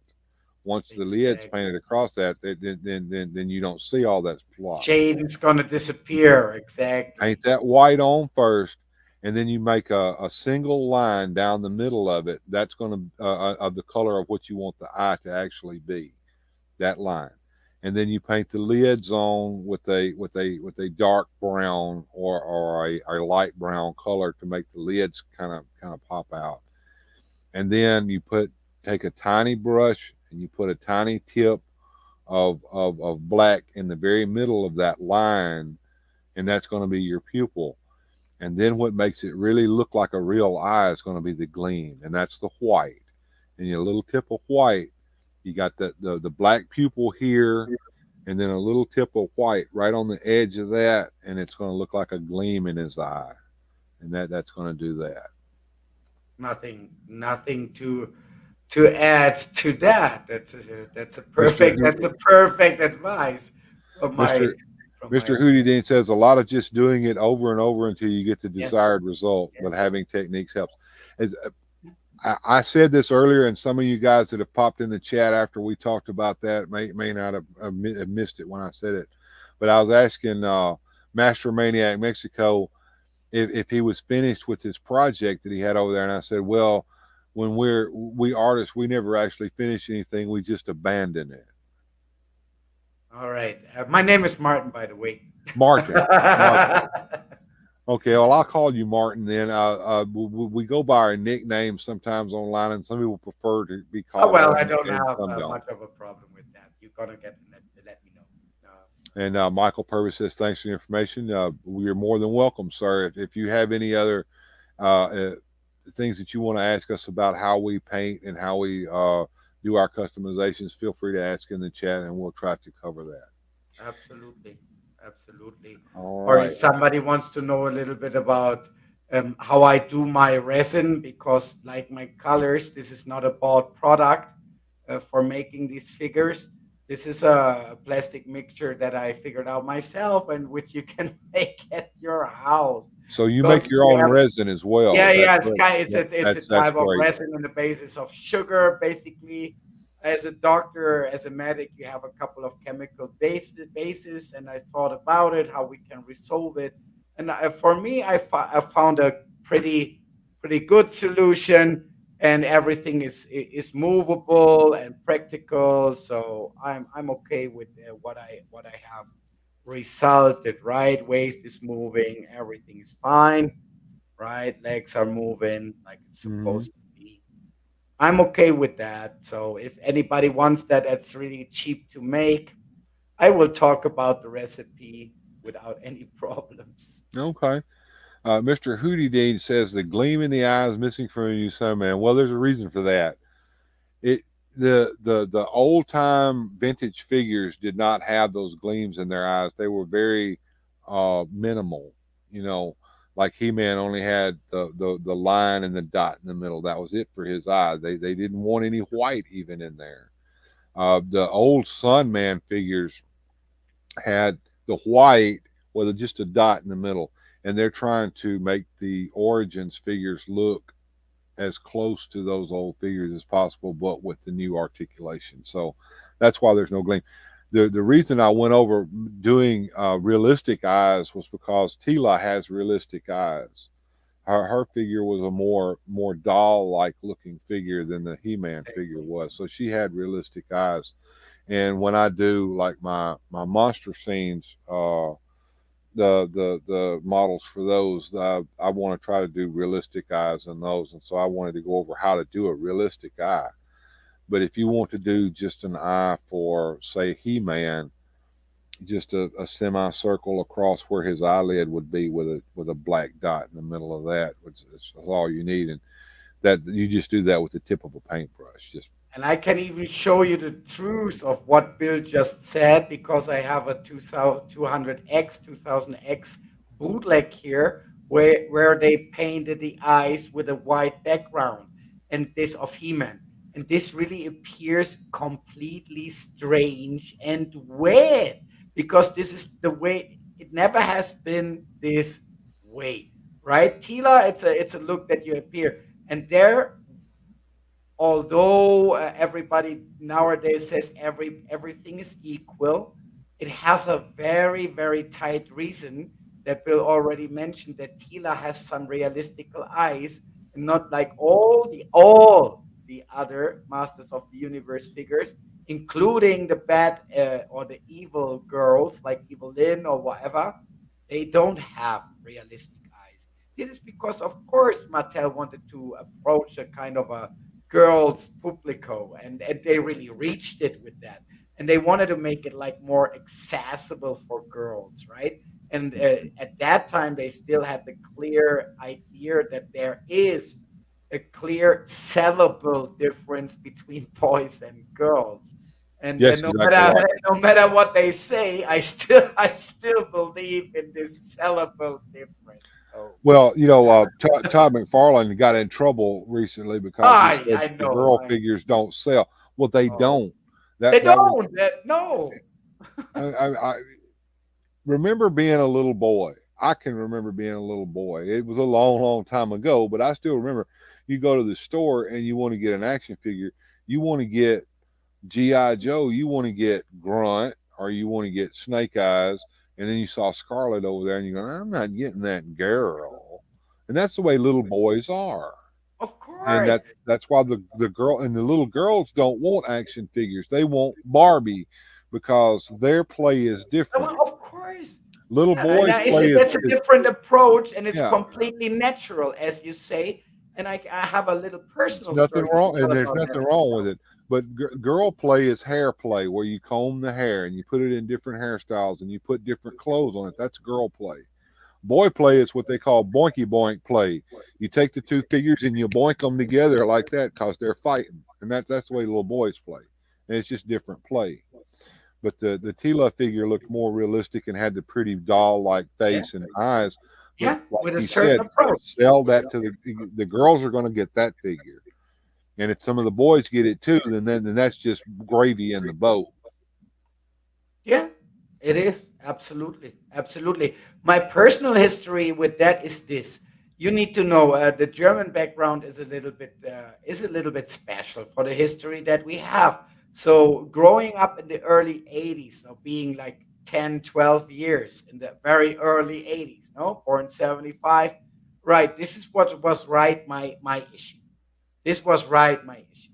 So, but my parents and also my grandparents were very careful with anything that had kind of a like a guerrero aspect, like a war aspect or just pure man fighting aspect for the history that we have. It was very common. So nobody wanted to buy me any Masters of the Universe. Right. After a month of talking in my family into buy me something, I found my grandmother, and the only thing that she was ready to buy me was the Prince Adam. Do I was happy as a boy at this age with the Prince Adam? No, I was not happy. I took it because it was my first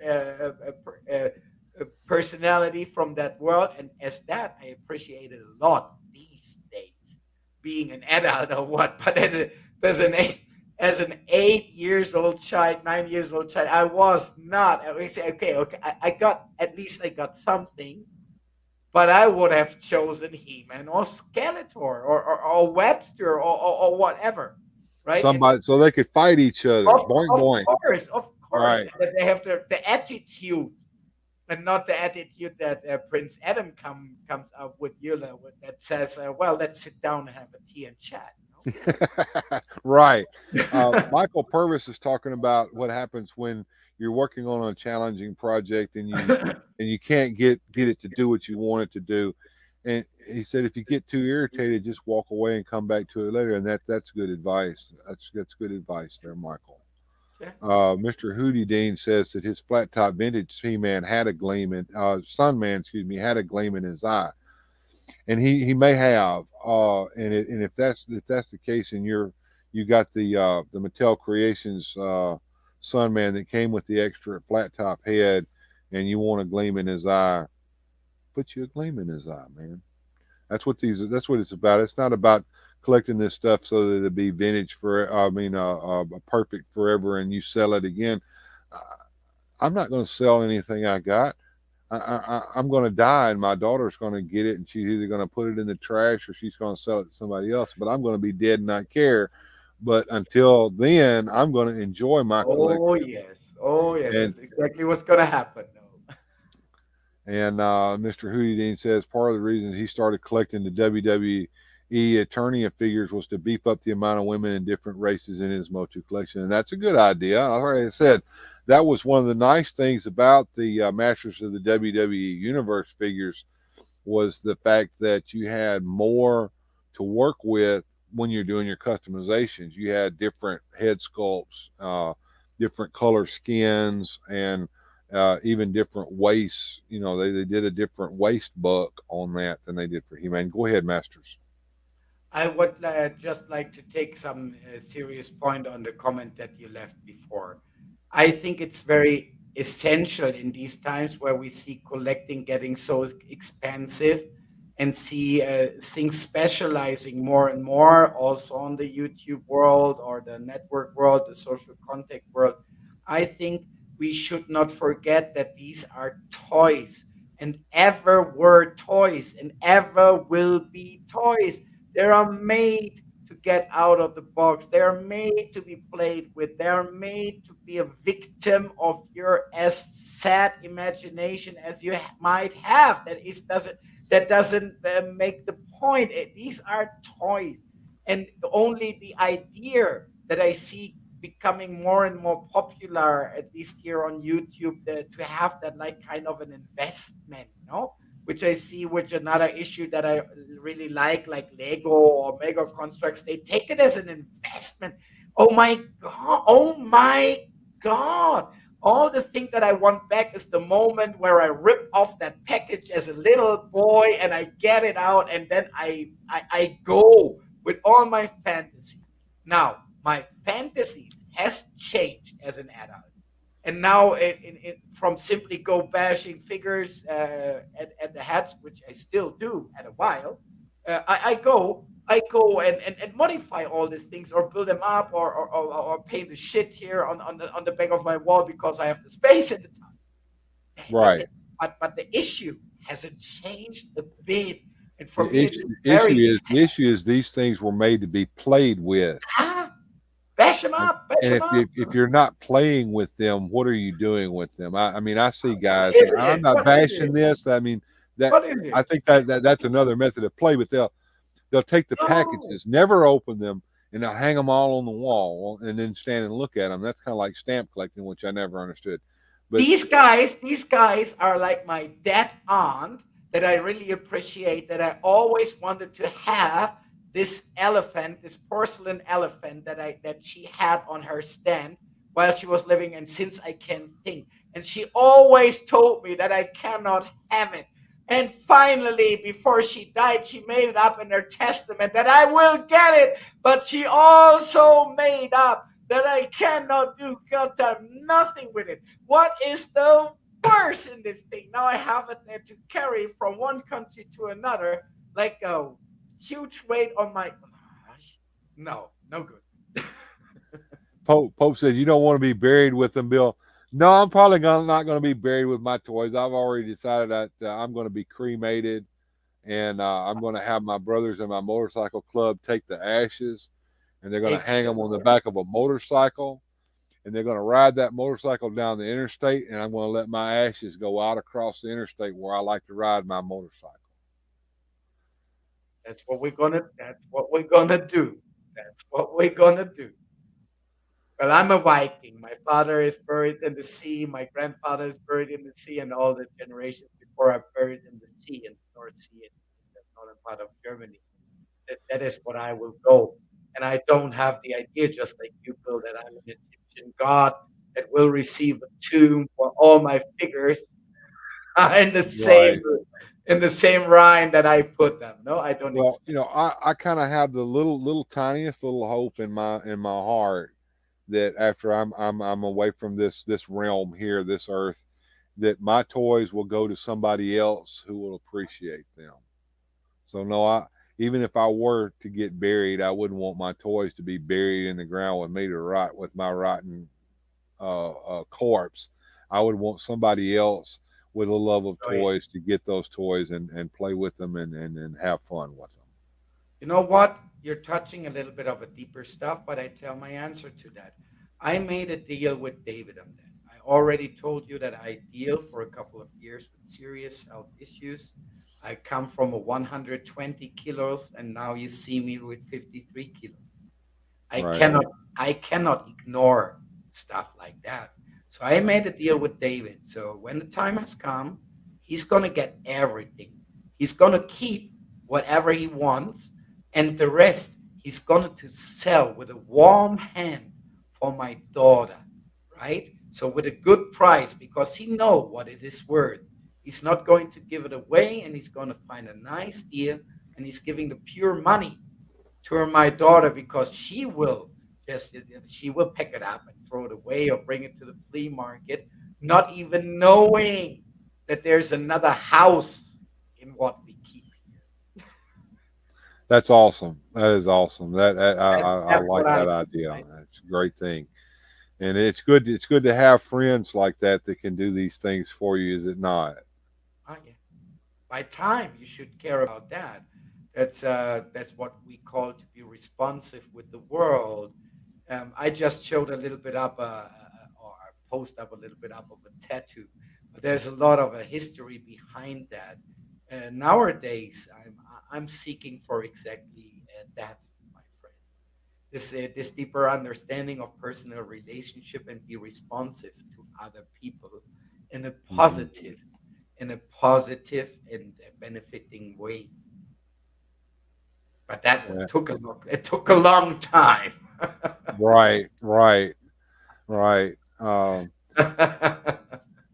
Anyway, says Pope has a comment here I want to throw up on the screen. Let me find my mouse here. There we go.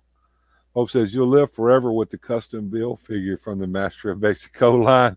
Yeah, That's it. that it'd be great. No We'll way, see that that's someday. a deal. Someday. That's a deal, my friend. You let me know the next anniversary that you would like to Yeah, have it that's for, a and special that's thing. We'll maybe for Christmas or something like that. We'll see that's what good. That's a plenty of time that I have last, and that's exactly the motive why I did this, right? And I did Right. this now. I have, as I say, it's a couple of months ago.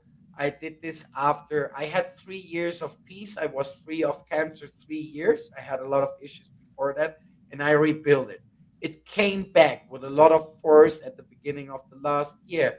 And when I was knowing or getting to know that I have to enter all this treatment again, and that they Mhm.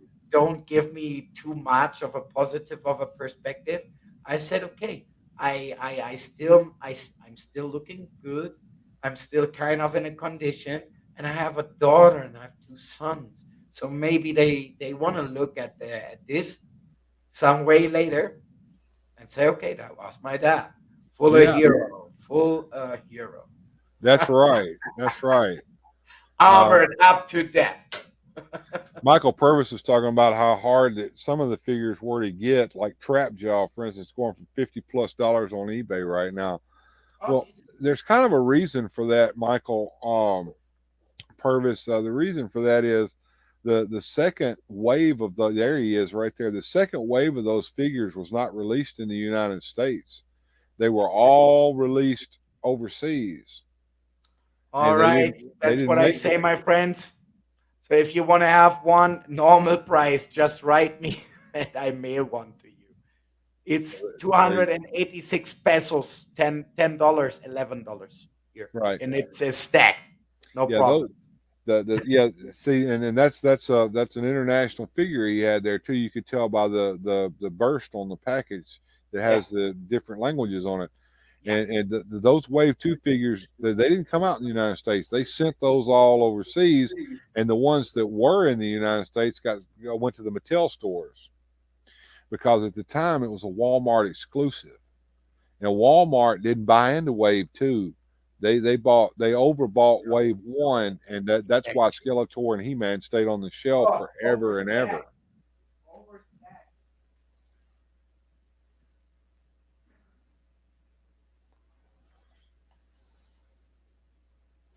Looks like Masters has run off to get something else to show to us, guys. So we'll just hang out and wait to see what he's going to bring out this time for us. But yeah, that Wave 2 never made it into the United States, and if it did, it was in select areas on the West Coast or the East Coast.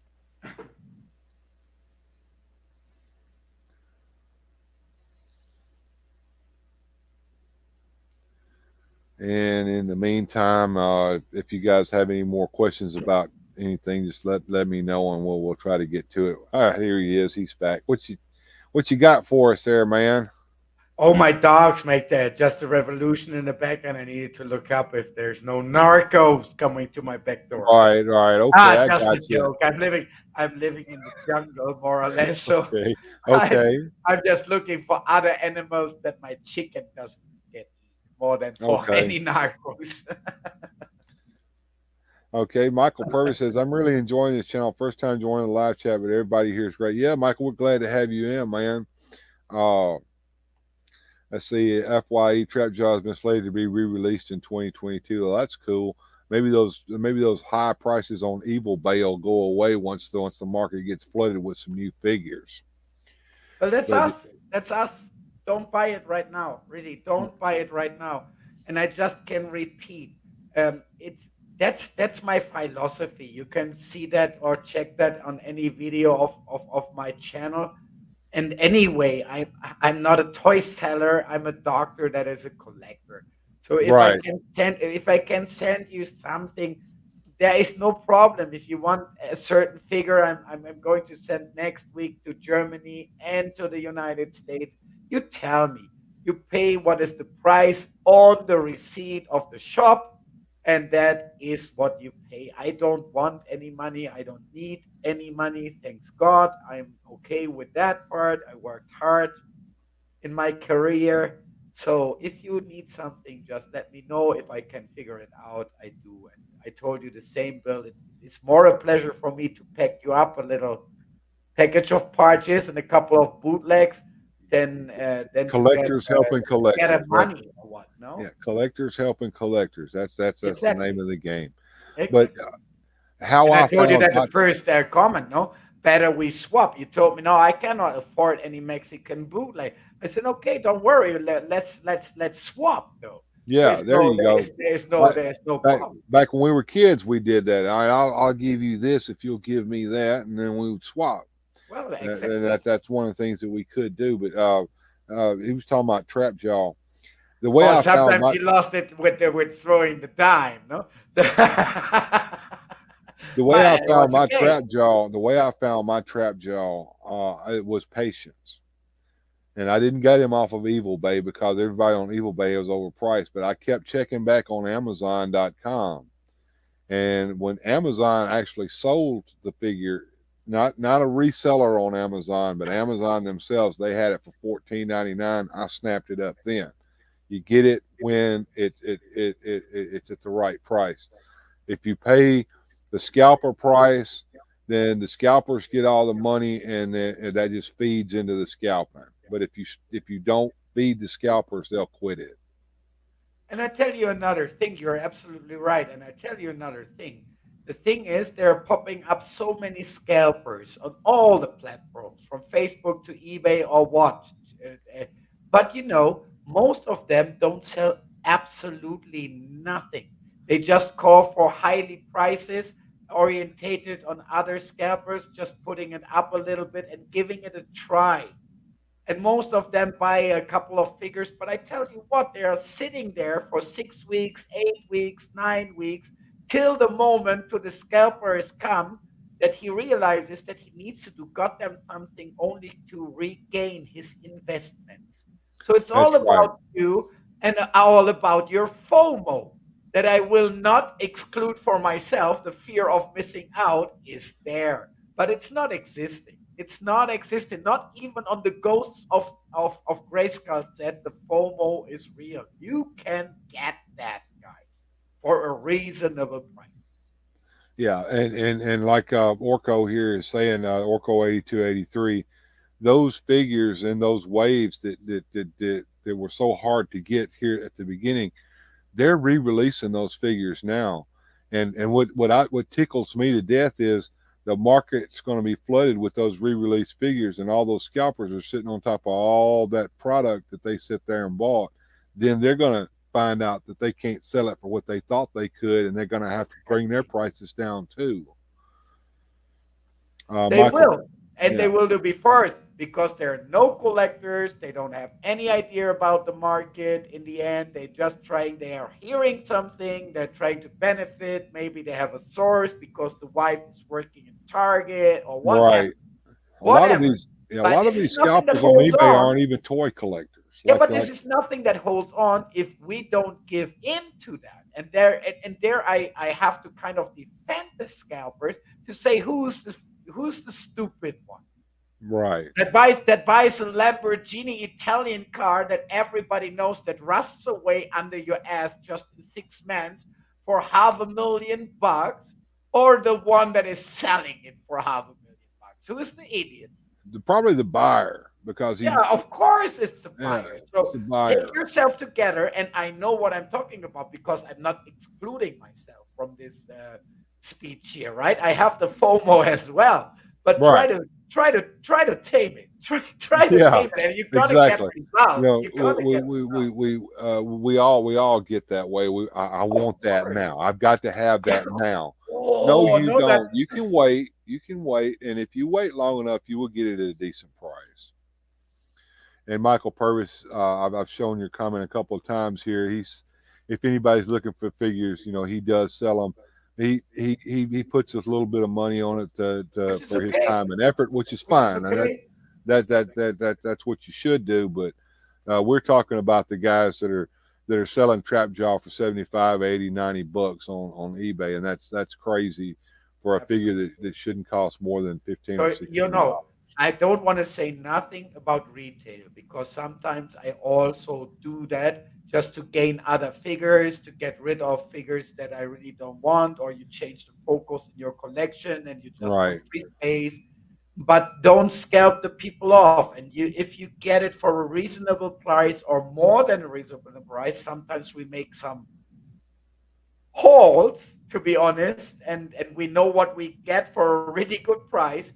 And then when it's the moment to let it go, well, let it go for the same reasonable price or a little bit more. And this is still very, very okay. I'm not talking about anything that is like, okay, I make a couple of bucks on that.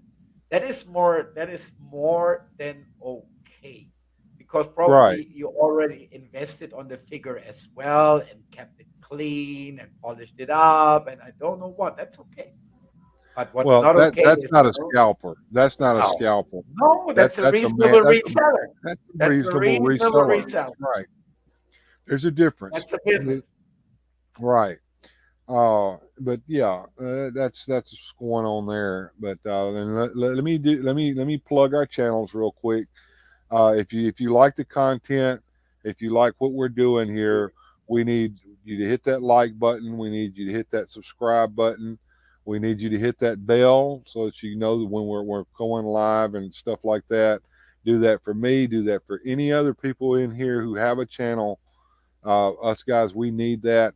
And share the content somewhere else. Share it to Facebook. Share it to Twitter or whatever other social media platforms that you're on. That helps the algorithm. We need to grow our channel so more people can see what we're talking about in our content. And if you haven't subscribed to MastersManiacMexico, go now and go do that too. Thank you for that. But let me make your point, my friend, because this is absolutely right. Look, for me as a collector looking for a reasonable background, even with speaking several languages, it's hard, guys. It's hard to find a channel that is just talking reasonable stuff and that celebrates escapism, where it's not incorporated any bad talking, any bad viewing, or dissing things, or just looking at the hobby. It's very hard. I have that open by chance. I have you. I have one from Spain, and that's all about it. Where you can just get in and talk reasonable stuff. To be honest, with reasonable people, and keep out what is toxicating the world anyway, and all of us all the day long. And we cannot Right. get aware. And it's so difficult, even on toy channels these days, or it appears to be like that, and all these successful toy channels are like that. They're toxic. And I don't even I feel myself getting intoxicated while watching that. You're Why? right. No?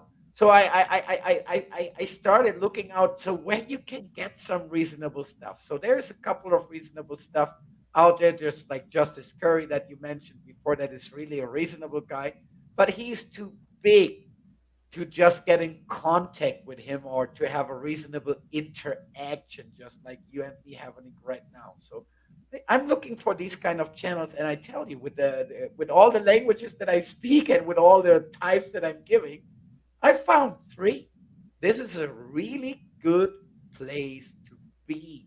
Push that button and recommend it to everybody. There's free speech here about the hobby and nothing more than that. How nice is that? And I saw that here in the chat as well. We are exchanging very, very different opinions without getting respectless here. And this is why I am on this spot. Very good. And that's exactly right. I mean, we're here to enjoy our hobby, Yeah. to escape from the junk that we have to deal with during the week and at work and all that. And we don't need that here. What we want to do is we want to talk about Plastic fantastic. And Zora, the sorceress. That's exactly right. yes. That's And exactly and talking about Zoar in the original mini comics was not the sorceress. He was just another character in the line. He was the way the sorceress would communicate with He-Man. He-Man, Skeletor, and his evil band are just a few marches away from Castle Grayskull. We need you immediately. And then He-Man would get on Battle Cat and ride out to save Castle Grayskull from Skeletor. Yeah, it's But you more know, this medieval idea of having this bird messenger, no?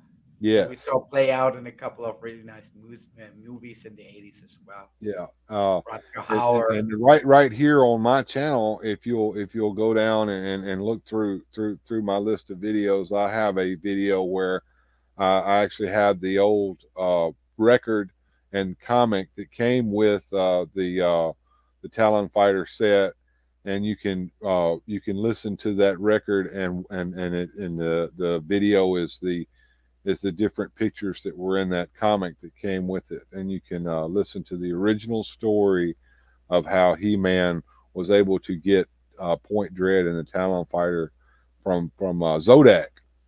As a matter of fact, what happened was that Skeletor had tricked He-Man, and He-Man thought that he had been responsible for hurting King Randor when actually it was Skeletor who did it, and He-Man was felt like that he was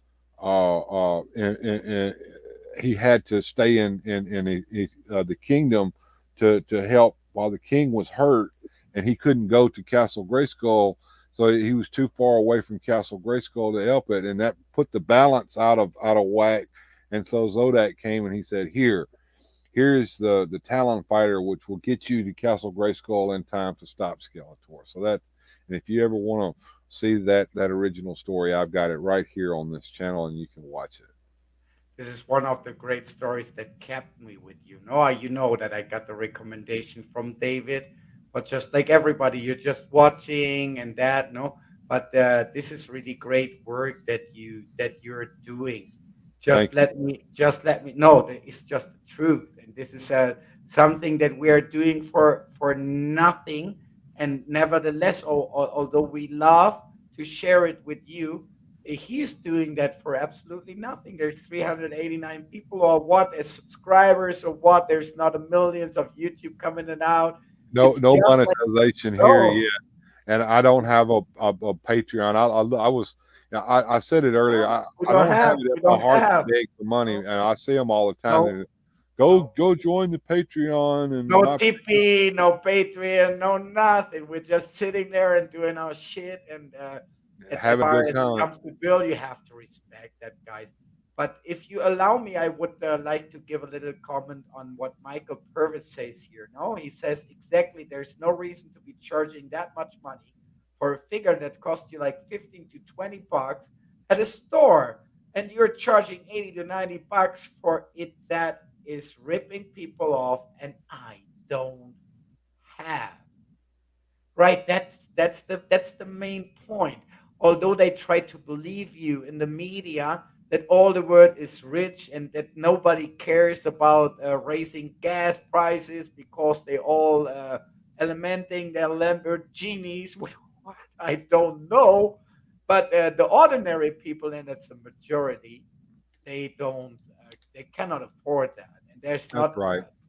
and even the big companies like Mattel realize that very well. That's one reason why they bring up that CGI series for very accessible pricing. Exactly, not putting it up in the collector's range or whatever. The only cure that we have for this issue is not following up. I know that it's very difficult because the value that we are giving to these things in our heart is almost incountable. And so we are sometimes willing to pay prices from the moon. But is it worth it?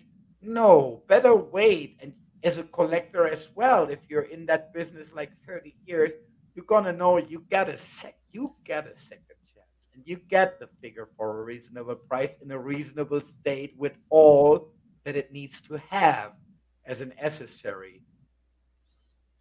It's Uh, difficult, I know. Michael Purvis also says that he's going to share the channel on his Facebook page called Maniac Plastic Toy Shop, and we appreciate that, Michael. We Yeah. really do. Uh, I also Great have guy.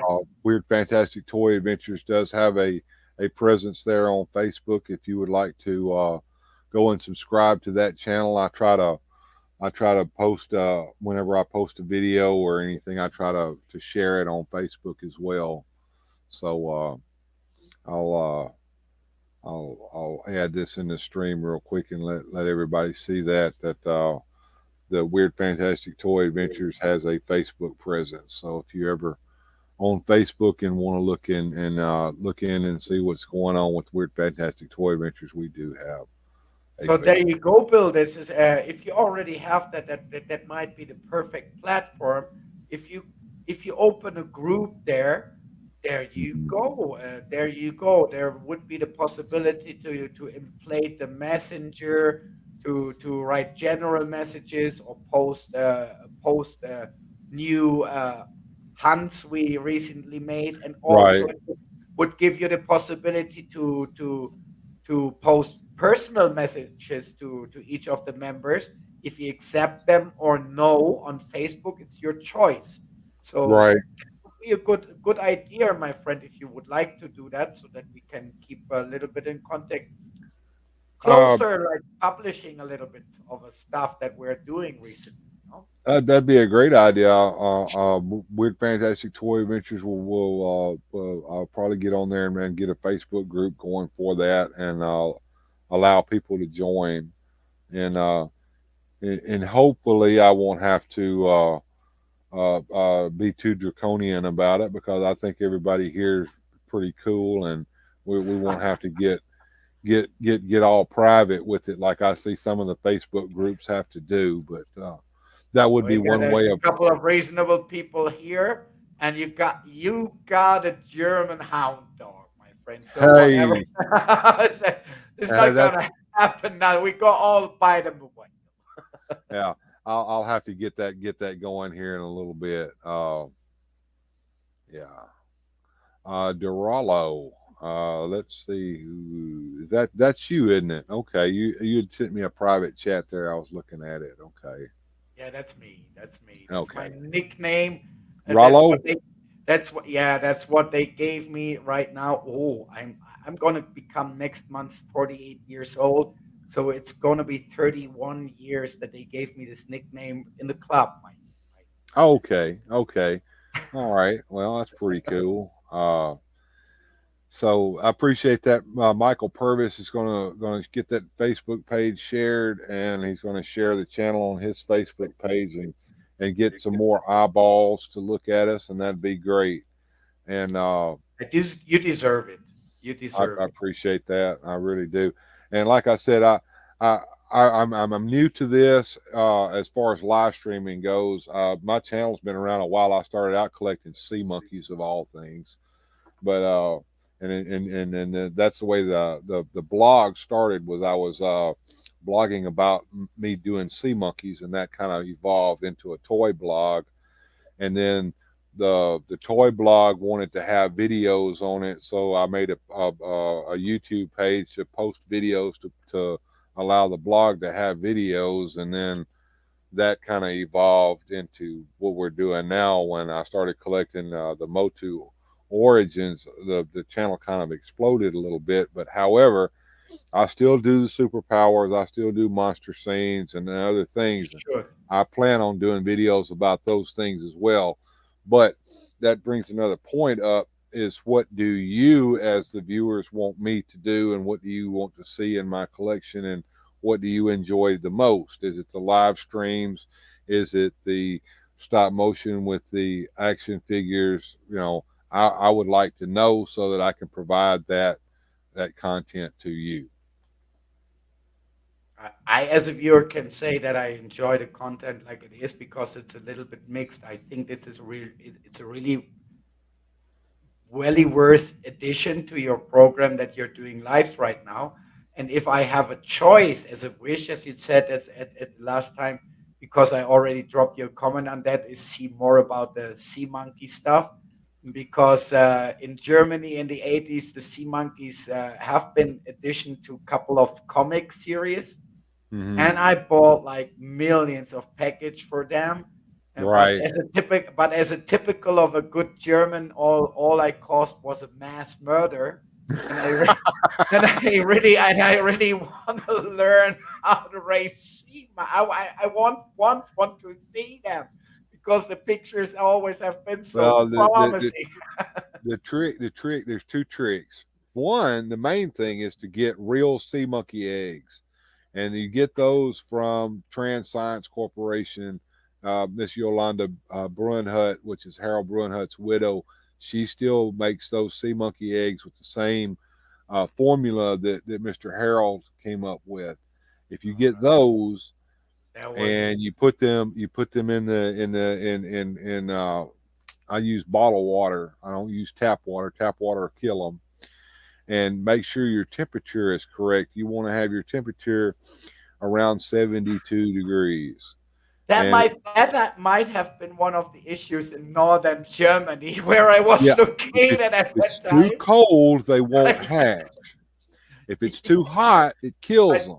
I just had it. I just had it in a glass, and I mean, after like felt 1,000 of trials, I once was able to get one maced into the glass, and I was really desperate to keep that thing alive, and it was gone after 3 weeks, and it's still kind of a trauma.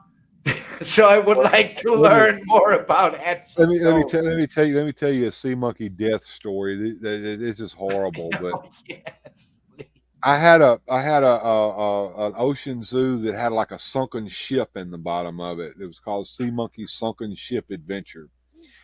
And I put the sea monkey eggs in, and they hatched, and the little baby sea monkeys were everywhere.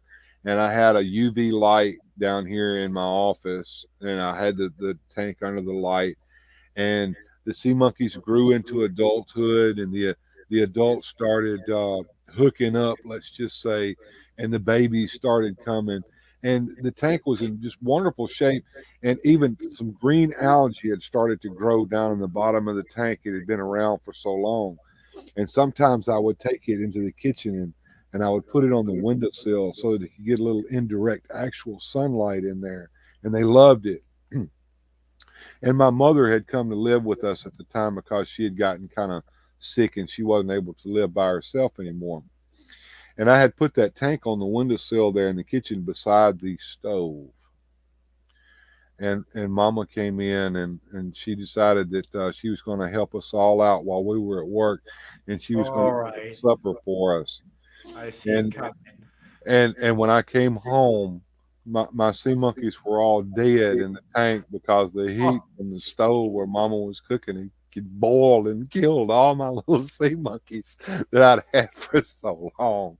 So that's kind of anybody who raises sea monkeys has these horror stories about how they killed off a whole tank of sea monkeys. So got good news and bad news for you in one time right now, my Bill. uh, You just earned the right to apply for German citizenship, my well, I appreciate friend. Approved mass murdering just gives you straight entrance. So that's hilarious. Pope says he's a sucker for stop motion, but live streams were fun. You guys had some good painting advice tonight, which should help out. Well, yeah, I mean, we're more than happy to share what we know. I mean, it may or may not work for you, but we know what works for ourselves, so we can share that. And Pope says, "Oh, I've had a few. I've lost a few tanks of sea monkeys.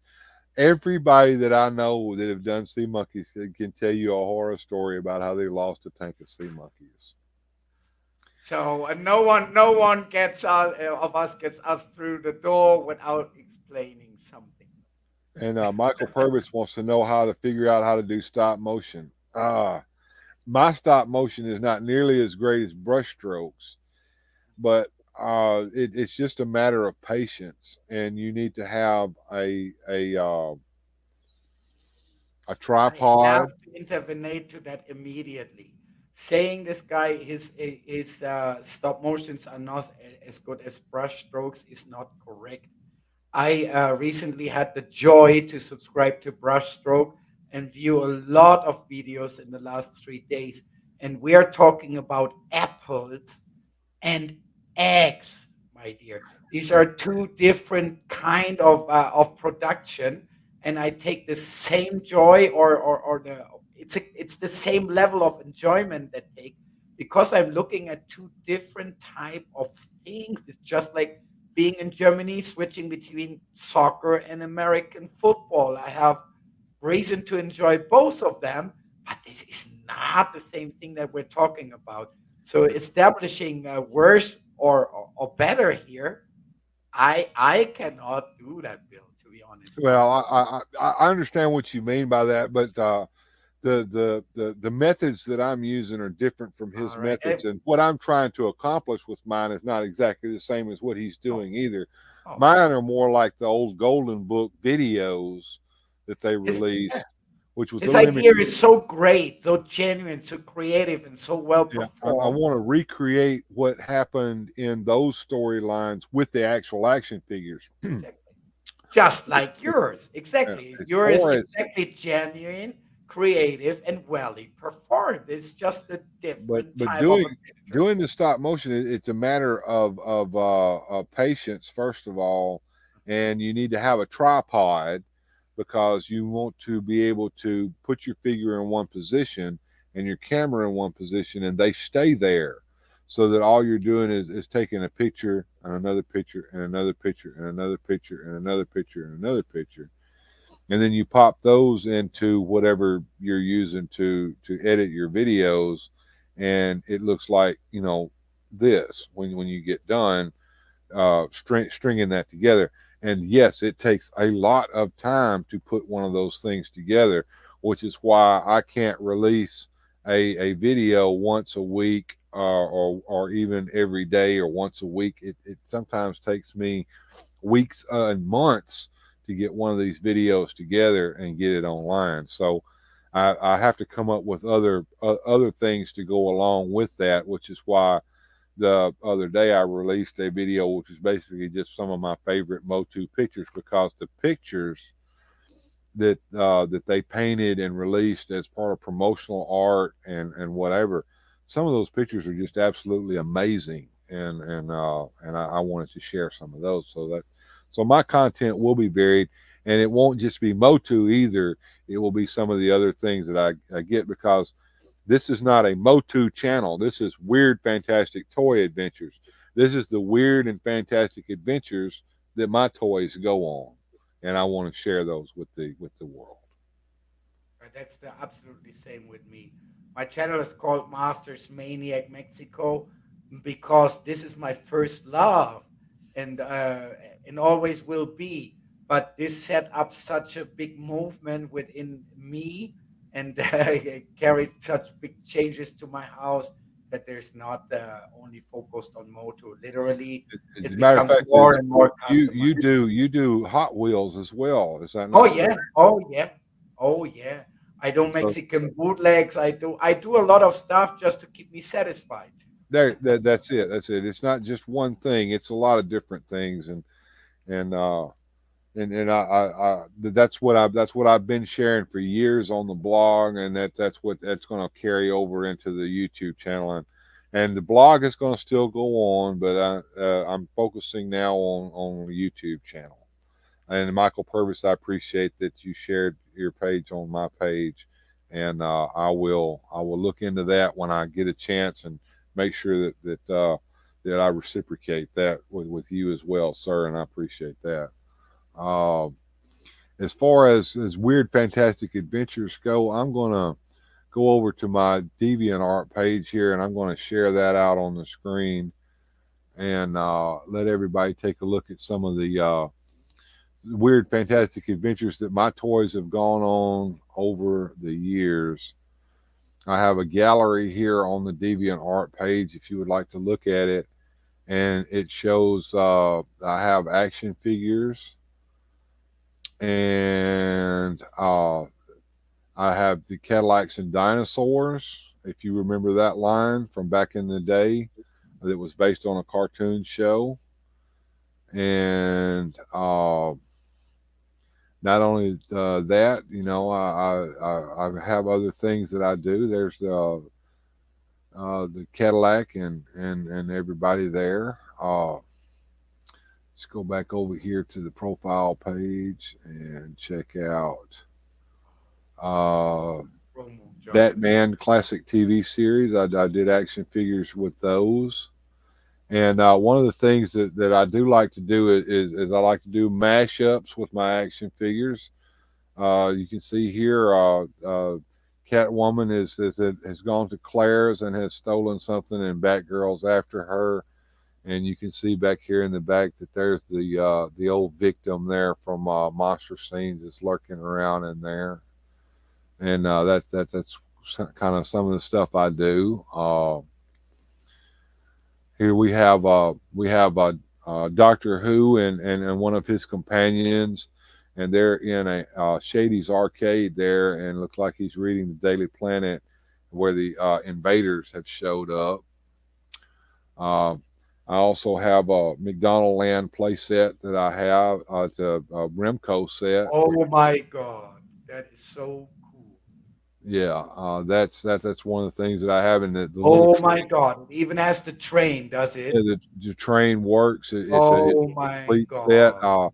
The McDonald's sign, I actually made that myself to go with it. So, because how can you have McDonald's without the classic golden arches? No, but I bet you even have the original background there in a really I good do. shape. That's This is a piece. And Cool. this is what's on the screen now is a little telephone booth. This was actually was going to be a play set for the Superpowers figures, but it never got released by Kenner. And a fellow by the name of Pat Crawford, who had a customized shop called Repro Bubbles, made that, and I bought that from him at the time. And this is my '66 Wow. Batman figures with a custom Wow. bat signal. And speaking of them, it looked like the Joker and Batman have gone down to the surfing and the Pacific Coast surfing skate shop to get some surfboards so they can go surfing. So, like I said, my toys tend to go on some strange adventures. Looks like the Joker needs a good lawyer. So when you need a good lawyer, when you need a criminal lawyer, you need a criminal lawyer. So he's Better gone. call Saul. Better call Saul. That's correct. So if you want to see some of the adventures that my toys have gone on, you can go over to my my DeviantArt page and see those things. So that's what Weird Fantastic Toys is all about. It's weird adventures like that, where the toys tend to interact with one another and they go on some strange and weird fantastic adventures. Well, that's just my point of view. But what I can contribute to that is exactly that. That is what is toys are all about and always have been. They're not to just expose them or whatever. Also, nice, whatever makes you happy. But if somebody gets them out of the package and makes something special for him or her about that, there is nothing bad about it. This is what toys are made for. Be Exactly. creative. So, Yeah, I always think about that the movie Toy Story, where the toys were in the little packages and the evil collector was wanted to put them back in the packages, and and uh and the one figure wanted to stay in the package, but the other figures wanted to escape. Well, my figures, they want to escape from their plastic prison so they can live and breathe. yeah, well, well, as I say, most of the thing here is escapism, though. If we mention it or not, but if we look inside of us, what is the basic reason for an adult or a really grown-up adult to do things like that and spend a lot of time and make it a focus of his life and next to other focuses, but make it a focus of his life. And if we are all honest, deep in ourselves, it is that. It's not nothing more than that. You have these couple of minutes back when you encounter a Castle Grayskull for a reasonable price in a normal local retail shop, and you get that pick on it, and you put it out, and you tore it out, and you put it together. These are a couple of minutes of have normality back. But Right. for me, it's worth a while. For me, it's worth a Well, I actually have an Origins Grayskull. I don't have it out here because I tend to focus on my vintage Grayskull that I actually painted and customized. But I can remember the day I found that Origins Grayskull. I found it in Walmart for the retail price of $75. And I remember that people were buying them off of eBay for ridiculous prices at the time because they couldn't find them. Because most of those, a lot of those toys in that first wave didn't make it to the shelf because they were on those cargo ships that were off the while. coast of San Francisco that didn't make it into the shipyard until later, much later. So Yeah. and that was all because of the pandemic, the coof that showed And up and remember that great moment when toy industry was declared to be destroyed about right, I how you can go that far, and now these things are laying around. And to me, for me, it's the Chronos set. No, the Chronos set was set to destroy the toy industry, and now we get these things to get laying around. So, and for me, it was the same. The first wave here was supposed to arrive in Mexico in December last year, and it arrived, but never nobody got shown a piece in any shop because everything was picked up before, just like you described. So finally, I needed to wait till May, but in May, I found it in Walmart and I found it reduced to a reasonable price. I paid 1,200 pesos, which is around $60. And for me, that was a good go. there No, you would I? go. And it's the same with the Chrono set. I just waited for a while and I conceded just over a contact to America. They got it for me from a Target and without any problem, when without paying any extra fees. Nothing. And thank you, Pope. We're that's one of the things that we're trying to do here on this channel is bring up good memories, so that we can remember the things that we loved as children. Michael Purvis wants to know if we're going to get a Filmation attack track. No, probably not. Oh, I don't Unless think you so make it either. yourself. I doubt that No. they're going to do a Filmation attack track. I would love for them to do the actual attack track, and I know that they're not. So I looked around and I found an old attack track that didn't work, and I got it back in working condition. I cleaned it up. I put repro stickers all over it so it looked just like it was brand new. I even got the little rubber bands from Lowe's that were just the right size to go around the tracks themselves so that it gets the traction, and now it works. And I throwed up I think a video, not a video, but a blog about the attack track here a while back. Uh, Michael Purvis is wondering if everybody was still awake, and Pope says he's still awake for a little bit longer. Orco 8283 says, I'm just here to listen in and painting on his new custom He-Man. That's great.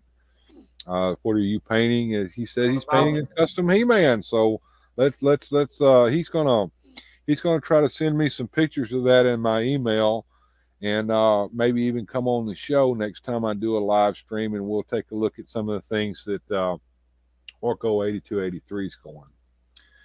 And he says, Michael Purvis says, we can hope about that attack track. Yeah, we can hope, but I just don't think they're going to do a Filmation. That would be a huge thing, though. The Filmation attack track was big, and two people could sit in the front of it and drive it, and in the back of it was like a big van back there in the back, and it even had a little small attack track that sat in the back that looked like the toy, but it was blue, and you could come out and you could have like another attack track was inside that attack track. So I don't foresee them making big sets like that. No.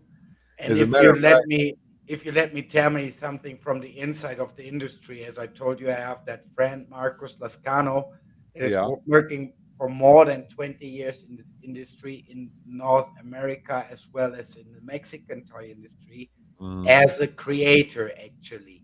So he's going to deal with all that.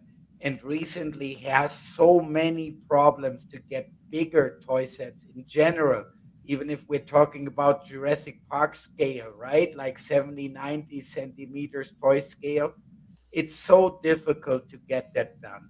The basic reason is, and that has really nothing to do with cough or whatever, that is before that, way before that, the production costs for molding and for tooling has raised so much, even in China, that it is so difficult to give that effort for the companies.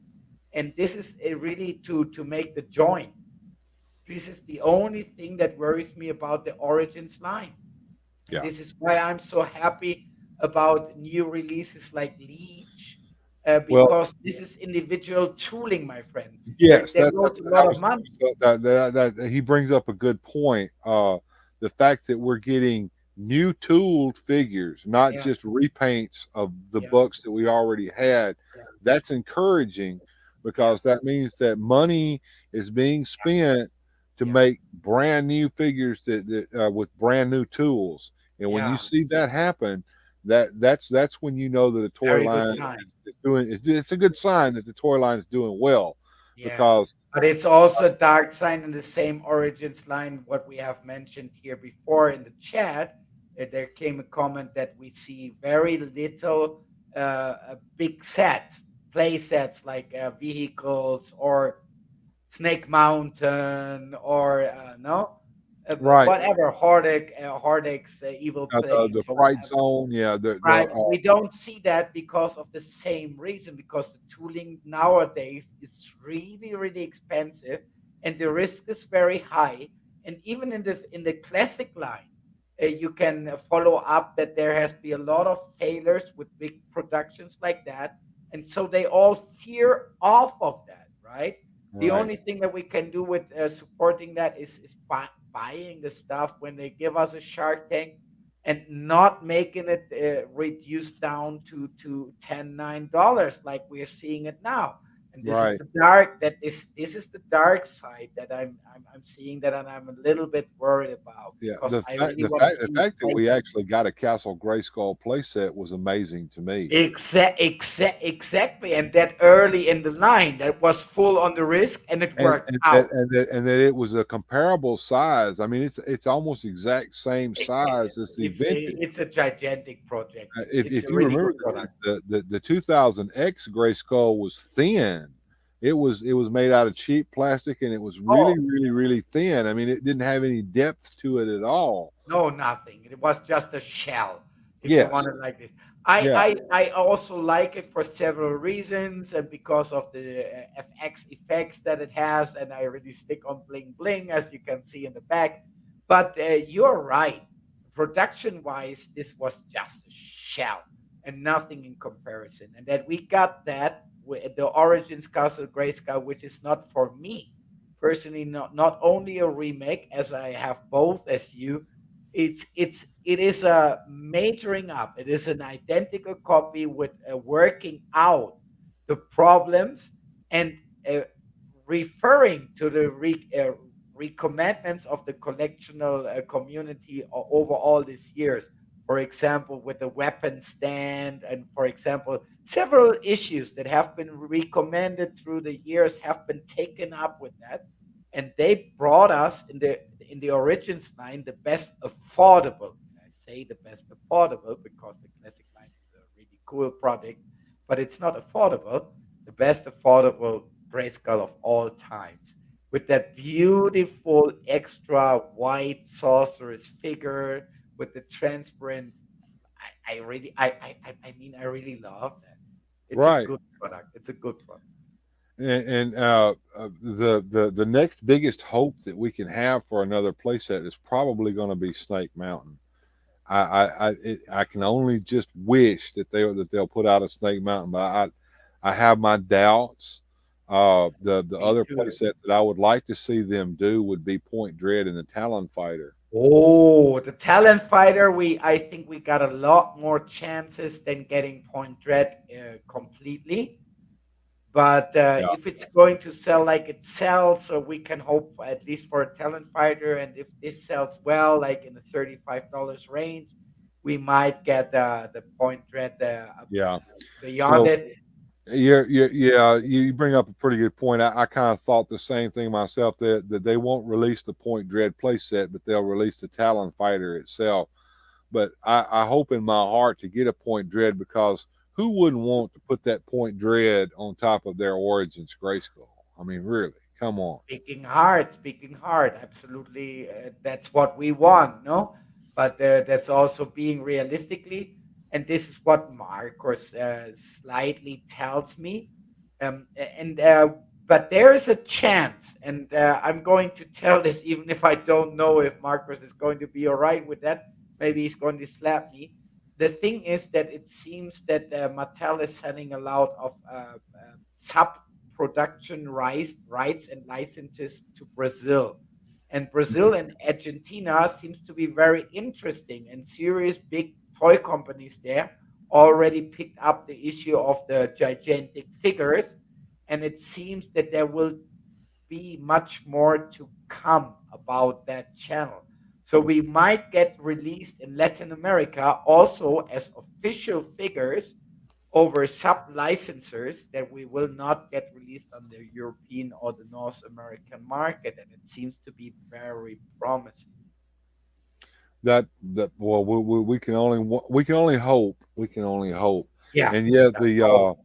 the South American market, those toy companies, they made stuff back, for the superpowers that Kenner never released in America, like the Yeah, Riddler figure. yeah. So there's hope in that vein. Uh, Michael Purvis And says more a because it's lot of licensed products, no? right, More right. because it's licensed products, not it's just not a knockoff like we have them all That's right. around here. That's right. It Those is a those those licensed figures. product. Yeah, those No? figures were licensed from Kenner. Yeah. They got the Kenner license to use those tools to make those figures. Yo. Michael Purvis says, if you think about it, a lot of the box art has put Snake Mountain in the background. That's correct. However, They've also put the Eternia playset in the background in some of that art. Yeah. And they also put that unreleased playset in the background artwork of Fisto. If you remember that, it had that that little castle looking thing in the background. That was an unreleased playset that was supposed to hang. The kid could hang it on his wall in his room. Exactly. And just because it's in the artwork doesn't mean it's on the books. It just means that when Axel was drawing the picture, he said, "I'm going to put this Easter egg in there for It all." is a good hint. It is a good hint, Sometimes. but it's also pulling triggers, Bill. No, it's also Right. pulling triggers of Well- our collectors that they know that we are looking for these kind of things, and that it keeps us buying, Yes. right? Because we finally want to see these sets released.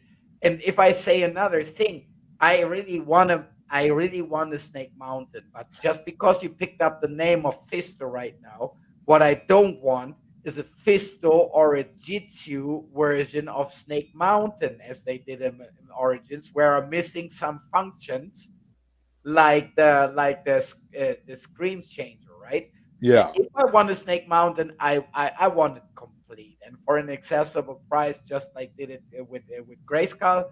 If not, I pass, and I really, it's difficult for me to say that, but I pass, and I really prefer to see all the figures get done, Right. and in a good way get done. If it's not possible, Well, to it's make it like promising. It's promising to see them doing like Buzz Off and doing Clawful, because those figures have to make a completely new tool to make those figures. You couldn't like Montana, not reusable for nothing.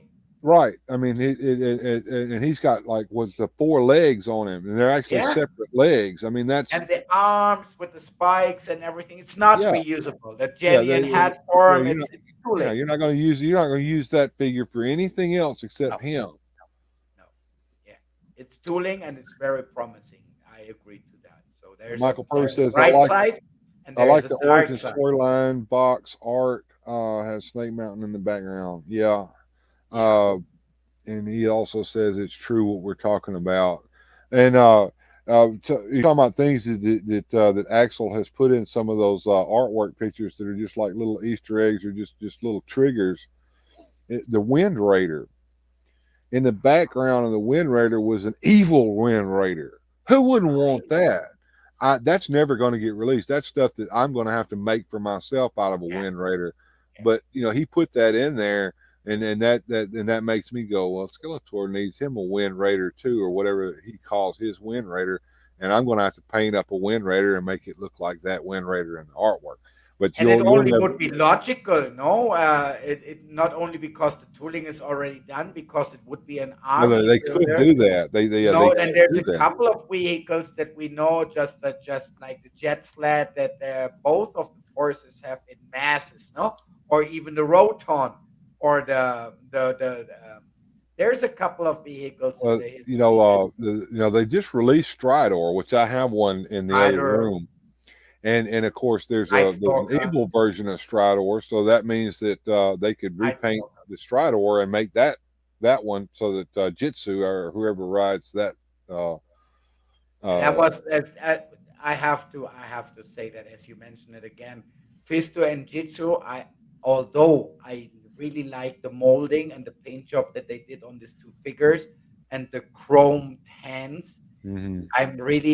These were the two figures where I really was like a little bit not satisfied, unhappy with, because this is what they make them, this action function, this little feather in the arm, and I really didn't understand that they gave it up for articulation.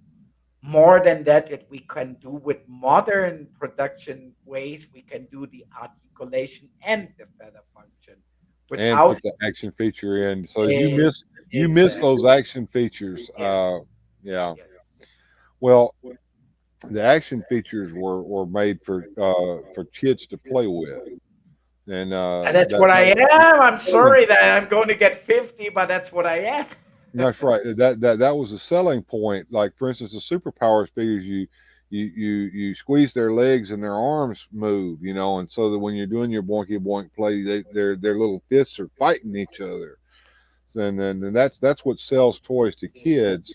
And that was a point that was made on another channel. I won't mention the name of, but another channel I was listening to, was that toys are made for children to play with, and if children or the caregivers of those children are buying these toys for them, that's where the main amount of money is coming in from for Mattel, not from me buying toys or from, you know, Master Maniac buying toys or you guys.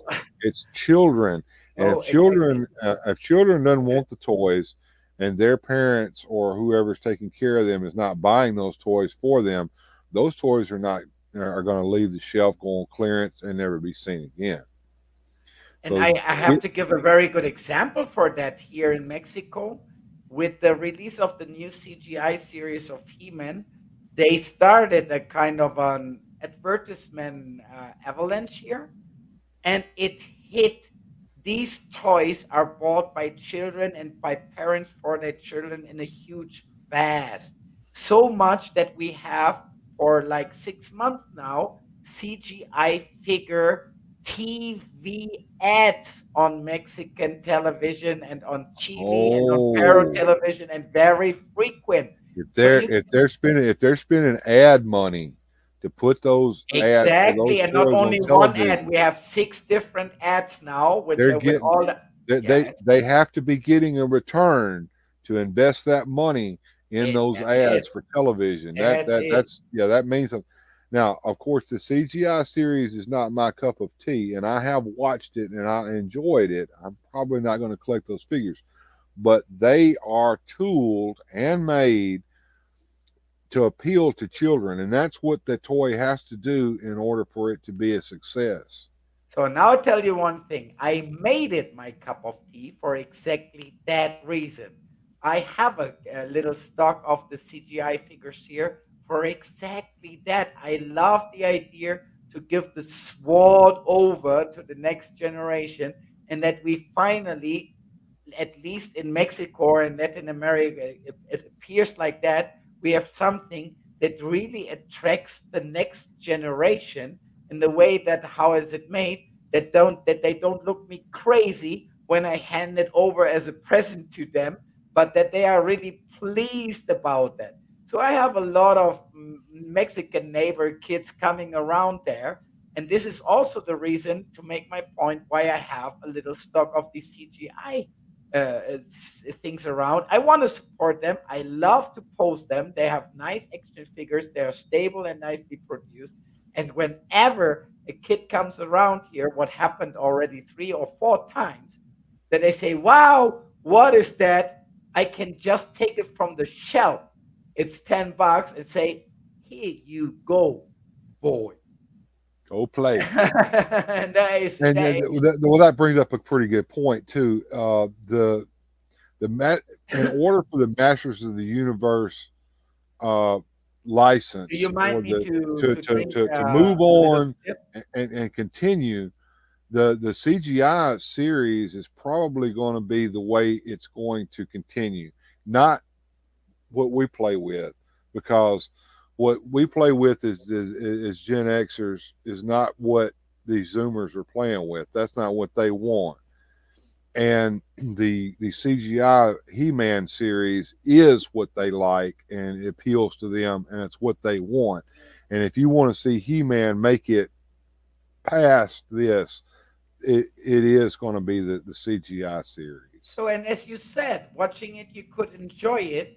And there's the main point that you made, because this series is not violating the heritage, my friend. No, it's not. It's not like picking it up. It's picking it up, and it's turning it into something new. But it doesn't feel like you cut off things and you try to place us a complete new meal as the same ham and eggs that we used for a million years, like Revelations did, right?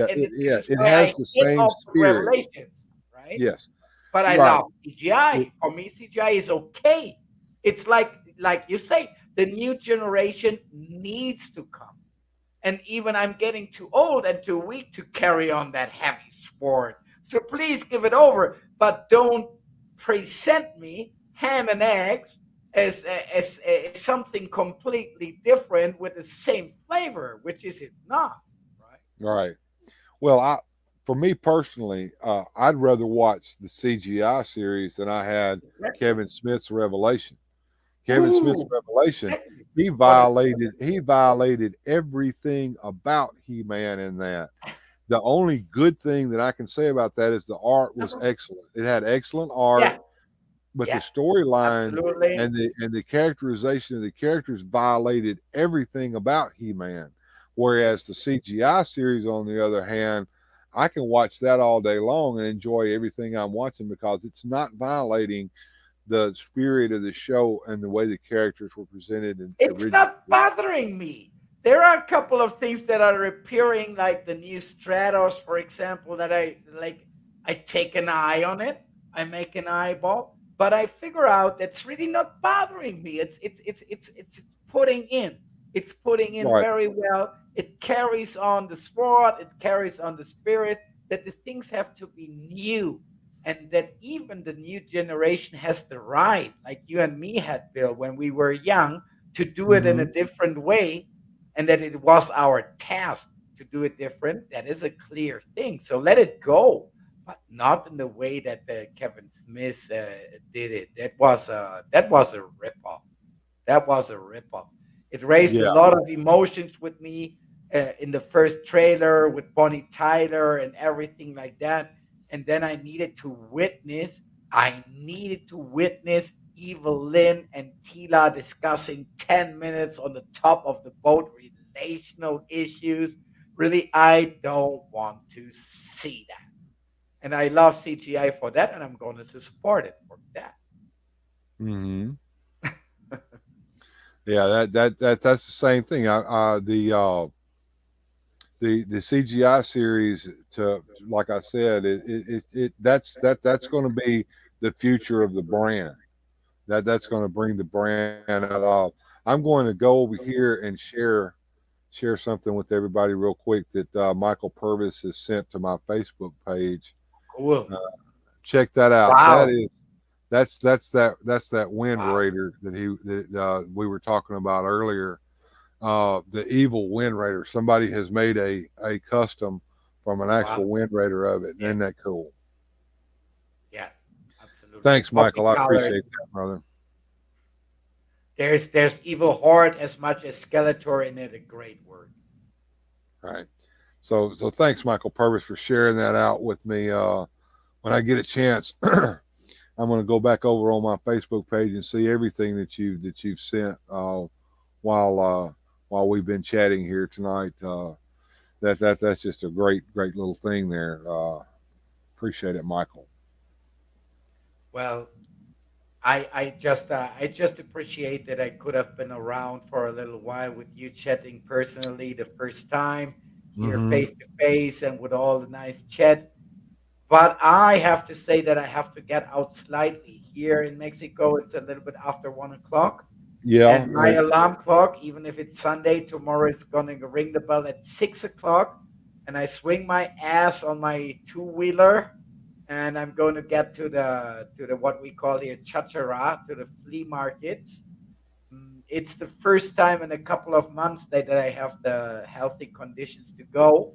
And I'm really looking forward to get rid of a stack of money. Well, I know what it's like to suffer from parked motorcycle syndrome, PMS, and when we get those two wheels out, it and get that wind in the face, it kind of perks me up too, man. It is a different boy, just like my mom used to say. Yeah.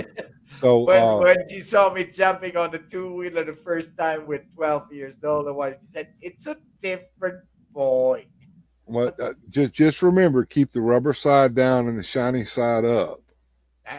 That's for sure. I think we all had our throwdowns, my friend, and it really was our pleasure, or it really was my pleasure to stand up again all the time. Michael Purvis says, before Martin goes, what is his YouTube And does he have a Facebook page that I could share? So All right. I'll give that over to you. You can answer that for him. Yeah, my YouTube page is like the name that is here. It's Masters Maniac Mexico. I'm an absolutely maniac. I love the Masters of the Universe, and right now I live in Mexico, so this is what the name comes off. A Facebook page I only have privately. It's Martin. You can join and subscribe me there whenever you want, but there's nothing going on there. I'm really just active on that on YouTube with my hobby. And there's another little thing that I started recently because my Mexican followership was asking a lot about my northern culture and my way of being. I started a little TikTok project with explaining the northern culture. That's all. There I'm true Viking blood because there's a lot of fakes running around here, and I'm just explaining history. So there's no fake going around, nothing. There's the real thing, not Marvel Universe, not a female Thor. We're explaining the things how they are. and that's it. And that's it. All right. Well, you enjoy your motorcycle ride tomorrow and have a good time with that wind in your face. And we enjoyed having you on the show tonight, Masters Maniac Mexico. Thank you so much for letting me in. You bring up a good point. Even though I get to sleep in tomorrow, I probably need to get on the bed myself. So well, let's finish that together then. All right. So and we enjoyed having the people on tonight. We enjoyed having the chat.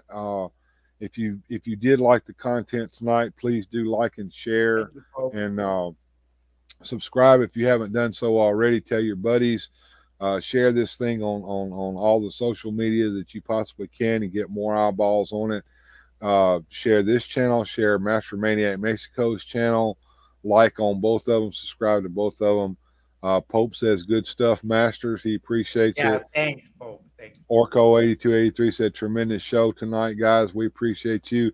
And Orco, I'm looking forward to getting your email, seeing some of your custom work, and getting you on the show next time I get a chance. So I'm going to say good night to Masters Maniac Mexico and everybody else. And we're gonna play the stinger going out, and everybody have a good night. Bye-bye. Thanks. Bye, everybody.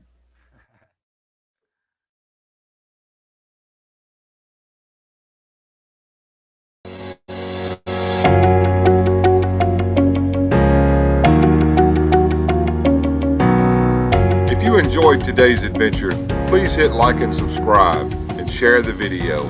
Thank you.